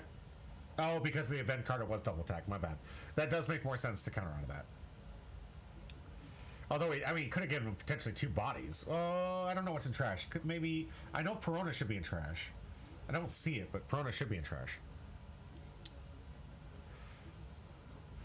Yeah, Braindead saying it probably was a correct take. I agree. I think that with the life that he's at, with the life gain capability that this deck has, use the triggers that you're trying to play around and play with to your advantage. Get those bodies out. Start swinging heavy. That's how Blue Yellow Nami kind of like wins these things through. Xander really trying to protect his life here. We're going to see another follow-up Nico play here. We're going to get at least an attack here. Here comes attack into Cavendish. See if Porter counters. He was able to protect it before. Does have stage, notably. So does have the capability to rest in stage if he needs to protect the Cavendish. But has a counter in hand. And Braindead with a comment. Nami can pretty comfortably sit around 2 to 3 life for most of the game. Absolutely agree with you. There's so much heal. So much heal in this deck. And speaking of heal, we have the potential for heal. We'll see what happens. Could come from the trash, though. Here comes Perona. Gonna freeze the Cavendish here. Activating the girl to get the rest of Dawn and Dawn under here. Gonna take the block here, Porter. From the lead swing. Passing back. Porter's turn. 10 Dawn. What we doing? Yeah, Braindead out there with some great advice for you Nami players out there. You don't need to counter these early life hits, guys. You use that card to your card advantage here. Make sure that you get some extra value so you have these instant hands. And here we are already seeing some massive reduction on a target that I wouldn't expect, actually. But I guess he's just trying to get it out of the way. Tired of getting swings from this character. Gonna reduce the Nico Robin. Risking that, if he attacks into it anyways, risking the damage is going to be taken here. Here comes the 7 cost for free. Yep. That'll bottom deck, right? Should be bottom decking it to avoid that damage here. Yeah, Braindead in the comment chat said, only if there's a card in my deck that got around a KO trigger. Bottom decking it out of the game. Says, no thank you, ma'am. I don't want that. I do not want that. Great eggs and ham. Great answer here. Bottom decking it. Here we go. Rebecca, Searcher, and potential blocker if the Dawn is available. Looks like we do have one open, but we'll see what he does with it. Has 3 essential blockers right now. Cavendish kind of frozen due to that Perona. Kind of. A lot. And a Bello Betty search. If there's anything Porter likes doing more is filling up his hand with searchers. You guys would notice that one of his flagship decks back in the Bay was that Trafalgar Law deck. And this man loves the search. Here we go. 5k to life. See if we get a card from hand here from Xander. We do. And it's a blocker beer. No, it's a Marco. Blocker Marco. That's going to be a pass back. Cavendish no longer frozen. But Xander, 10 Dawn. Blocker Beard still in hand. Are we going to see it? We'll see. It looks like he did draw another Gecko Moria off the top. I don't know how many targets there are anymore.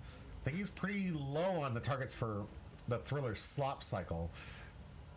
So Thriller Bark might not be the answer. Still works a nice little 2k counter for leader.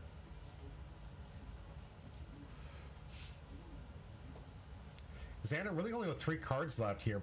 Porter waiting, I think, for that eventual turn where he's going to go offense here. But first, nice little 5k, poke the bear. See if we get a free block, maybe. Can also just counter out with an event card if he wanted to. Nope, get the Rebecca.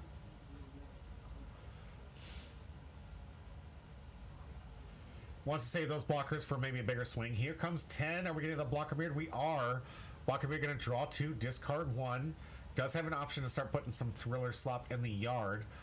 Notably has Sanji, Marco, a what looks like Hogback, which just got discarded, and the Gecko Moria. Now he's going to be able to take 2 Dawn, attach it to his leader and his character of choice. Imagine it's going to be the Hogback. Could potentially put it on the Gecko Moria, though, if he wants a big swing. Importer rightfully saving those blockers for these type of attacks here. Here comes a swing. Free block for the Sabo. 8 to life. Giving 2 up. That's 9k counter in total. Now 10k coming in. We'll see if Porter takes on this. Has a substantial hand. He's had several swings from this Cavendish, so his hand's looking was pretty good. Might be a little bit low now after all those counters. We'll see what he has.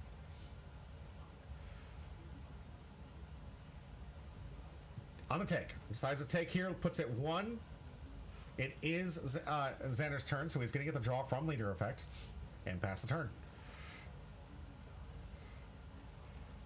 Full field here for Porter, but mostly blockers. Cavendish, great swing. He definitely can't swing with these blockers just yet. Sadly. Too much life to go through, too many triggers to go through. Looking at this point where he's got to start dealing with this board. And of course has to worry about this blocker beard too. That's just going to give a free block. Yeah. Brain Dead with a commentary. Could have saved a 2k in that last swing. But decided. Counter out here. Looks like we're going to replace the Rebecca with another Sabo blocker. One that doesn't require a Dawn to be a blocker. Activating for free the Fire Fist. There's a negative... Was it 8? With this, does he have the 2-card combo to get that blocker to 0? Yes, he does. The 2-card combo talked about in the deck construction. -8 to -4 to 12k to 0. There it is. Blocker beard is no more. So talking about a threat that could be a threat. Not today. 2-card combo. The Fire Fist ends it. If you guys are at home and wondering, can or would Lucy be able to beat Edward Newgate? I think we have a definitive answer today. I think we legitimately have a legitimate answer. Fire Fist Lucy could absolutely KO Edward Newgate. The new age, the dawn of the new age is here, and Lucy is king. At least in that matchup.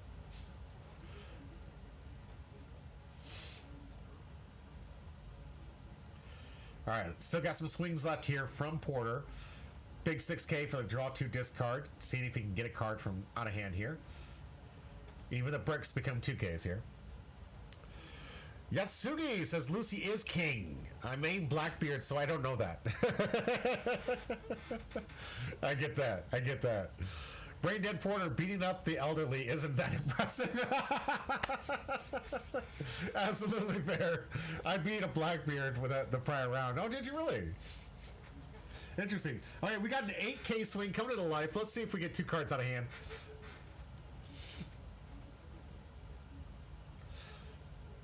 And yeah, Yatsugi as Lucy. I imagine there are a lot of on plays, but there are a lot of good cards in here. Those 8k blockers. Yeah, you just don't play the blocker. Okay, that makes more sense. I mean, it's still a blocker in a sense. You just don't get the value of playing the blocker. And Cavendish can't be negated by Blackbeard. Yatsugi is. I'm disappointed in the Blackbeard player. Come on now. Yatsugi, if this is your first time, could you put it !join for your chance to win one of the 2 free packs at the end of this match, if you're interested.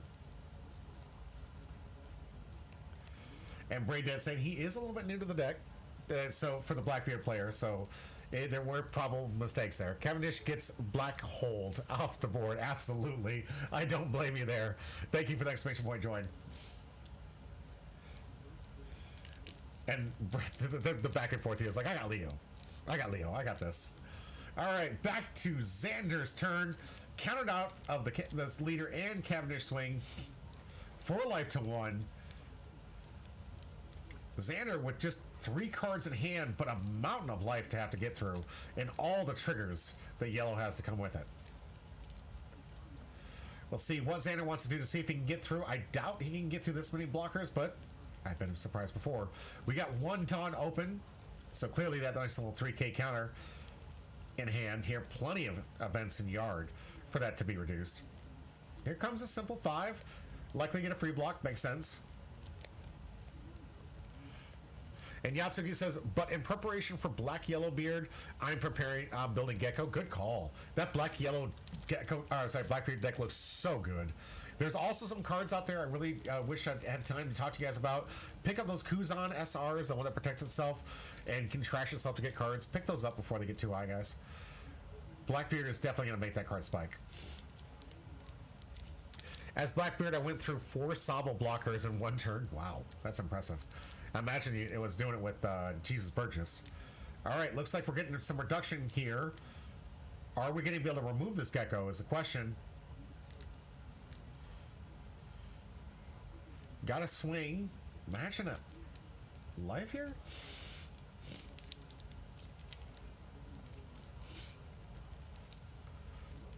Oh, that was the -3. I'm sorry. That was -3 power to the turn.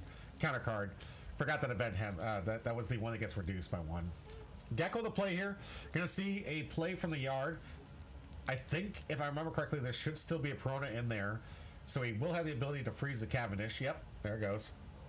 Freeze the Cavendish. Yatsugi says too high. They're already $5, and the alt art is already doubled in less than a month. Yeah. It's one of those things you really got to pay attention to, especially when they do these announcements for leaders you want to be playing on. Look at some of the older SRs that are a little bit harder to get, that haven't had a lot of printings. Pick them up while they're cheap, guys, because once that deck comes out, you're going to have those Barcelino issues where a lot of these cards are just almost too high. All right, Sabo with the play. Free play, the -8,000 to the Gecko Moria. Do we have the combo play to absolutely bottom deck this Gecko Moria? Can we remove it? Here comes 2/2. That's all he says. All right, Bello Betty, knock out this Gecko. And it does! Bello Betty knocking out Gecko Moria. Man, as if this man wasn't insulted enough after losing to Kaido. Now Bello Betty just rubbing the salt in the eyes of this Gecko Moria. There we go. 3-cost event. We're going to get some draw engine going for Porter here. Rebuilding the hand. 4 Sabo blockers. 8K leader. Plenty of open dawn. Porter with only one other character to clean up this turn. Maybe he might just leave it back for defense, or could go in for maybe a couple pokes. We'll see. 8. We'll see where this is going. Is it Hogback? We're going to cycle. No, into life here. On the take here. Blocker Marco off the top here. No trigger for Xander. Here comes 8 into lead. I know, getting a cycle. You like the cycle here. I don't know if there's another Perona in the yard, is why I'm asking. If it's Kamasi he's getting back, it's not that great a value. Kuzan's at $7 now? Good grief. Guys, seriously, pick up the Kuzan. Pick it up. Pick up the SR Kuzan. Braindead, if you're out there, please look up the exact art and copy from TCG Player and send me the link so I can show people. Oh, we can get the Kiko back. Yes, I forgot about that. He can get a card back with trigger, so Kiko no Joe is an option to bring back with that hog back. So yeah, good call. Not attacking into that hog back. The starter deck is worth $5. Good grief. It's on the climb. Black, yellow, Blackbeard players are going to rejoice. Guys, pick up those cards before it gets too high. Please do.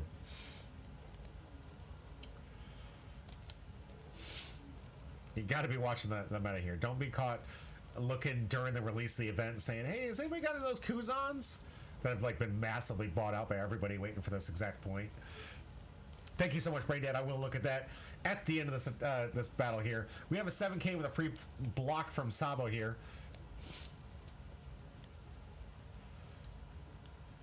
Porter just sitting behind the stage and all these blockers. That's a decent hand, too. It's looking like it could be about 5 or 6 cards in hand.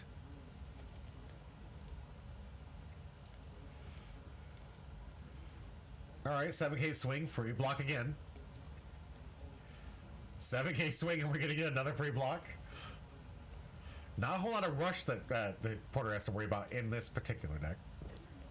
Nope, just going to counter out. Yatsuki says, wait, the starter deck is selling for $8 a piece for just the cards. Don't buy the Kuzan blocker solo, just buy the deck. Oh, there you go. Right? You get more value out of that. Buy the deck.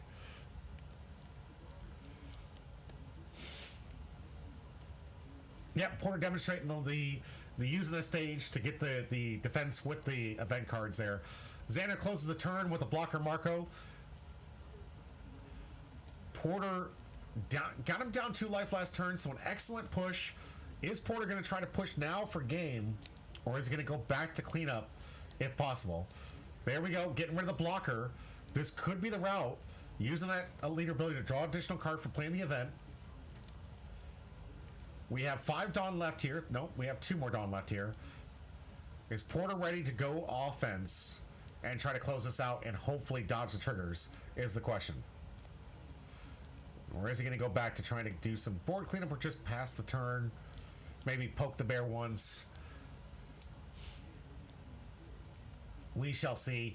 Killing Peroni here is not a bad option, given it really doesn't have any value targets to prevent from attacking. They could stop the Bello Betty, I guess. No, not Bello Betty. Yatsuki says, if you buy the starter deck box, you can get a pack too. Oh, that's true. You can get a pack. Are they selling that cheap for the starter deck box and the pack? Those packs were great. Those are gas. All right. Counter here from Porter, from Xander with the girl from hand from the leader attack.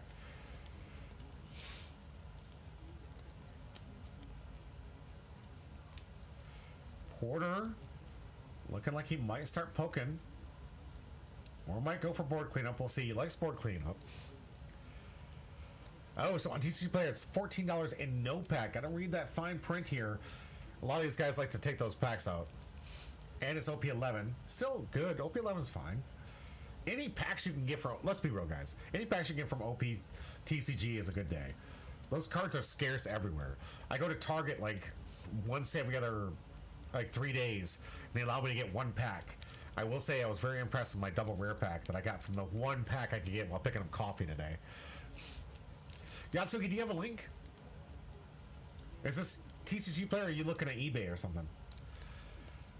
Pass back to Xander. 4 cards in hand. 2 life here. On TCG Player. Interesting.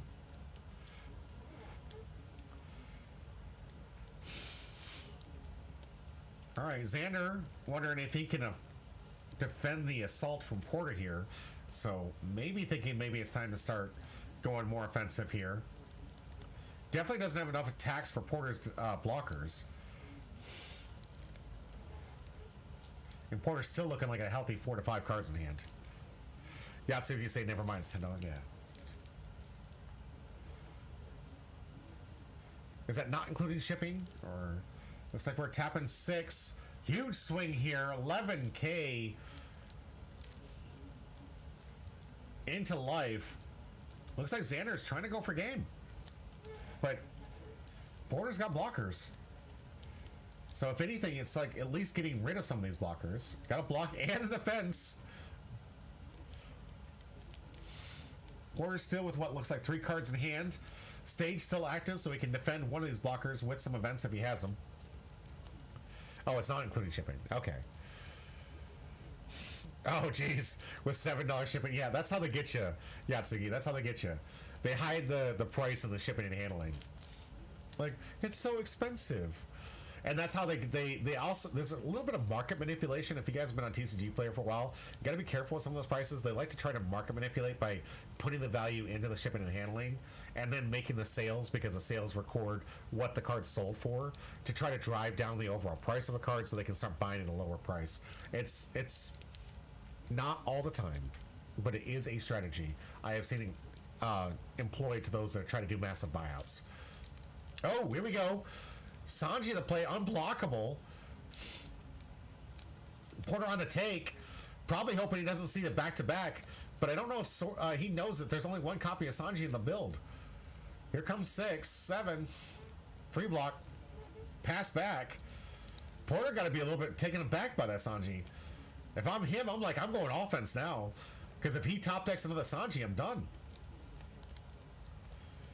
Oh, no, went down to 0 with Here we go. We are going all offense.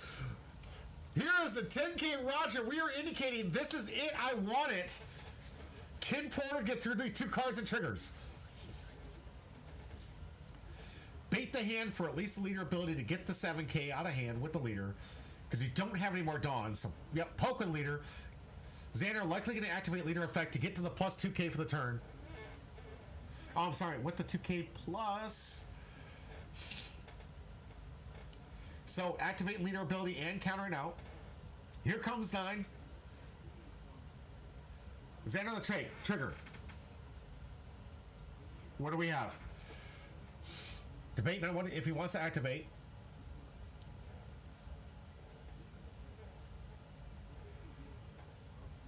Here we go. Another 9. We have 3 attacks left here on the take. Some bricks in hand. Here's Cabrona. 9 into life. Double counter out. 9 into life. No counter on. Xander goes down. Porter didn't even need to attack with the Roger. Closing that game. That was such a tempo swing. Porter with the win and indicating, by the way, I still had another attack left. The win con of win cons Roger and didn't even need it because, wait, I think the Sanji is a blocker. I'm sorry, Sanji is a blocker. So did kinda, like, at least he just said, no, you can't use it. Sermon with the exclamation point joined. Thank you so much. Going into that look at the price here. Thank you for the link. Looking at some prices here, guys. This is the Kuzan I was talking about. The spike is real. It's happening in real time. Be careful. Pick up while you can before the market gets dry. I love this healthy. I like this. But guys, seriously, pick this up before it gets out of control. You do not want to be in the market when these things are sitting at 20 bucks. OP10, not that beloved of a set, but still pretty good. We're not going to see reprints till PRB season, and yellow black Blackbeard, blah blah blah blah blah, is right around the corner.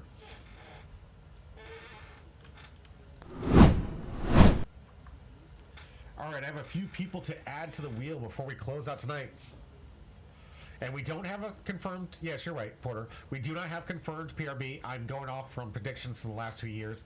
Pattern recognition, if you will. That's how I like to look at it.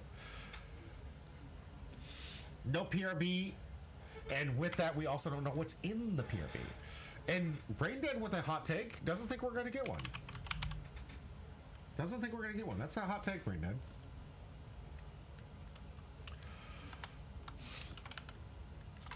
I would be a little depressed. It's literally the best-selling set that One Piece prints out every year. Just to not have that would just be really depressing. Reminder to everybody else, this is your last chance to enter for the wheel because we're about to spend... Oh, you're saying we might not get that card in the PRB? I said that we may not get one, not that I think we won't get... Oh, okay. Semantics and language. He said we may not get one, not that he doesn't think we won't get one, but there's always a chance. There's always a chance. Okay, fair enough, fair enough. Semantics and language, I like it. That's good. Always important, especially in a card game where the semantics matter, guys. The semantics are base power. The semantics are once per turn. The semantics are... There's a lot of things that you really got to pay attention to. PRB sells poorly in Japan? Japanese, you're being spoiled. You're being spoiled. It's the best set in the world. How could you... All right. Sure. Japan, sure. The money's in America. Let's be realistic, guys. The money's in America. Stu's not ad. Guys, let's be real. Every manga artist, every anime artist, every anime person, their goal is to be successful in America because that's where the money is. So while it might not sell well in Japan, let's be real here. It sells bangbusters in the US, and that's where the money is. That's where you're going to get the capital. Because while they have strong, competitive, amazing players in the East, the money's in the West. So We'll see if that's a dictating factor. We'll see. We'll see. Let's get to the wheel and find out who's walking away with 2 of these free packs. I'm looking around for the stickies that I had around here at some point. There it is. We got some packs to give away. Awesome new set. Possibly some good hits. I'm hoping anyways. Free of charge to everybody out there. Yatsugi, if you're not in my Discord and you win, I'm going to need you to get in that Discord, bud. Because I need to be able to send this to you. Absolutely for free.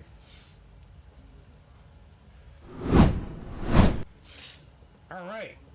Wheel is set. Check the names. Everything's good from YouTube and in our current chat. Let's get it started. Oh, you're in the Discord? Good, good, good, good, good. Good to hear. Or should be. Hopefully you're in there. All right. Murthray! All right. Murthray with the comment earlier and the pack. Oh, I need to do that. It's down below. Here, I'll do it for you. Copy, link. There you go. Make sure that Discord. Mithray, our winner. Let's see what she won. Let's see. Mithray, by the way, a fantastic player. I love commenting on her videos. She's got some great ones on this channel. All right. First, starting off with Koala. Oh, you're in? Good, good. Octoballoon. Higuma. I find it embarrassing as a human being. Alpha. Holly. Bobby Funk. Rodor Zoro. Leader pack with a Krieg. But you know what's so great about this set? Leader pack don't mean jack. You know what I got from the leader pack? You know what I got from the leader pack? This bad boy. That's what I got from the leader pack. And we're going to manifest something that great from a leader pack. That's what we're going to do. Let's get into it. All right, event for the Krieg deck. Smoker and Tashigi. I love this card. I really want to play with this. In the Smoker deck, too. And Tony Chopper. Ah! Ay-ya! I don't want double rare. All right, Mithray. I'm sad. I tried manifesting a good hit for you. I'm so sorry. We got 1 pack to give away. Let's find out what it is.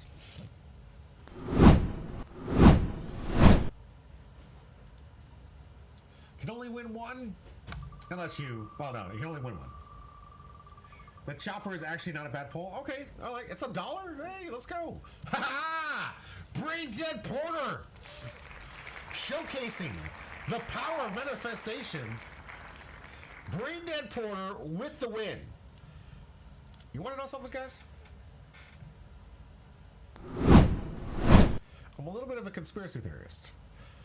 A little bit of a conspiracy theorist. One of the emoticons I have is rigged. You guys could have put rigged in the chat all you wanted to. But here's what I think. The people that are active in this chat, keeping this thing going, they trick the wheel to pick them. See, Brain Dead, if you look through my chat log, has been doing a fantastic of helping me coax through these things and get through some of the rounds here. Doing a great job helping me dramatize it too. All those comments that I benefit from because I want that to benefit from me. All those comments goes into a free pack win. We could have a massive hit here, and all because Brain Dead was wanting to talk to me in the chat. I appreciate that. Thank you so much. Conspiracy theory done. And the conspiracy theory is, I want you to believe my conspiracy theory so you'll feed me. Feed me, Charlie. Feed me with chats. Feed me with all the words. All right. All right, let me see a Krieg SR. Okay, Goro. Kelly Funk, the brother. Charlotte Lola. Pincers. I find it embarrassing as a human being. Amazon. Zeph. Psy. Juribani. Gum Gum Storm. That's not a rare, is it? No. No.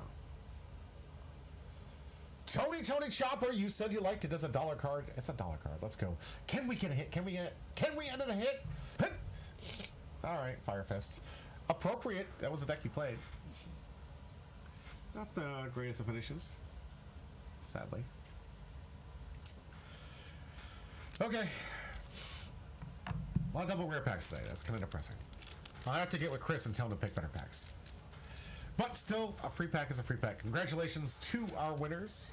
I'll take the Chopper. That's what I'm talking about. That's what I'm talking about. I'd take the Chopper too. That's a great card.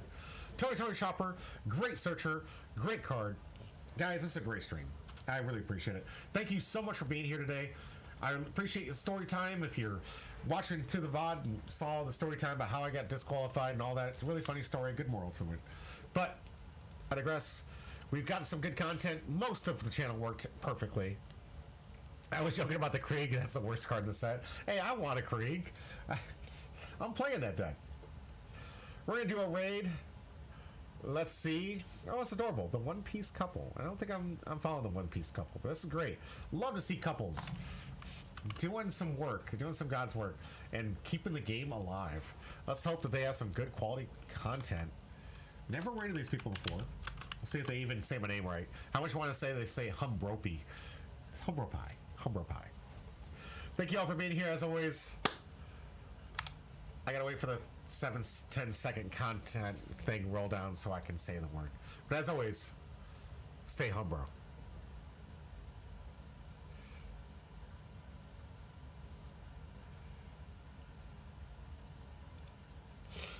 There we go. On YouTube, have a good day.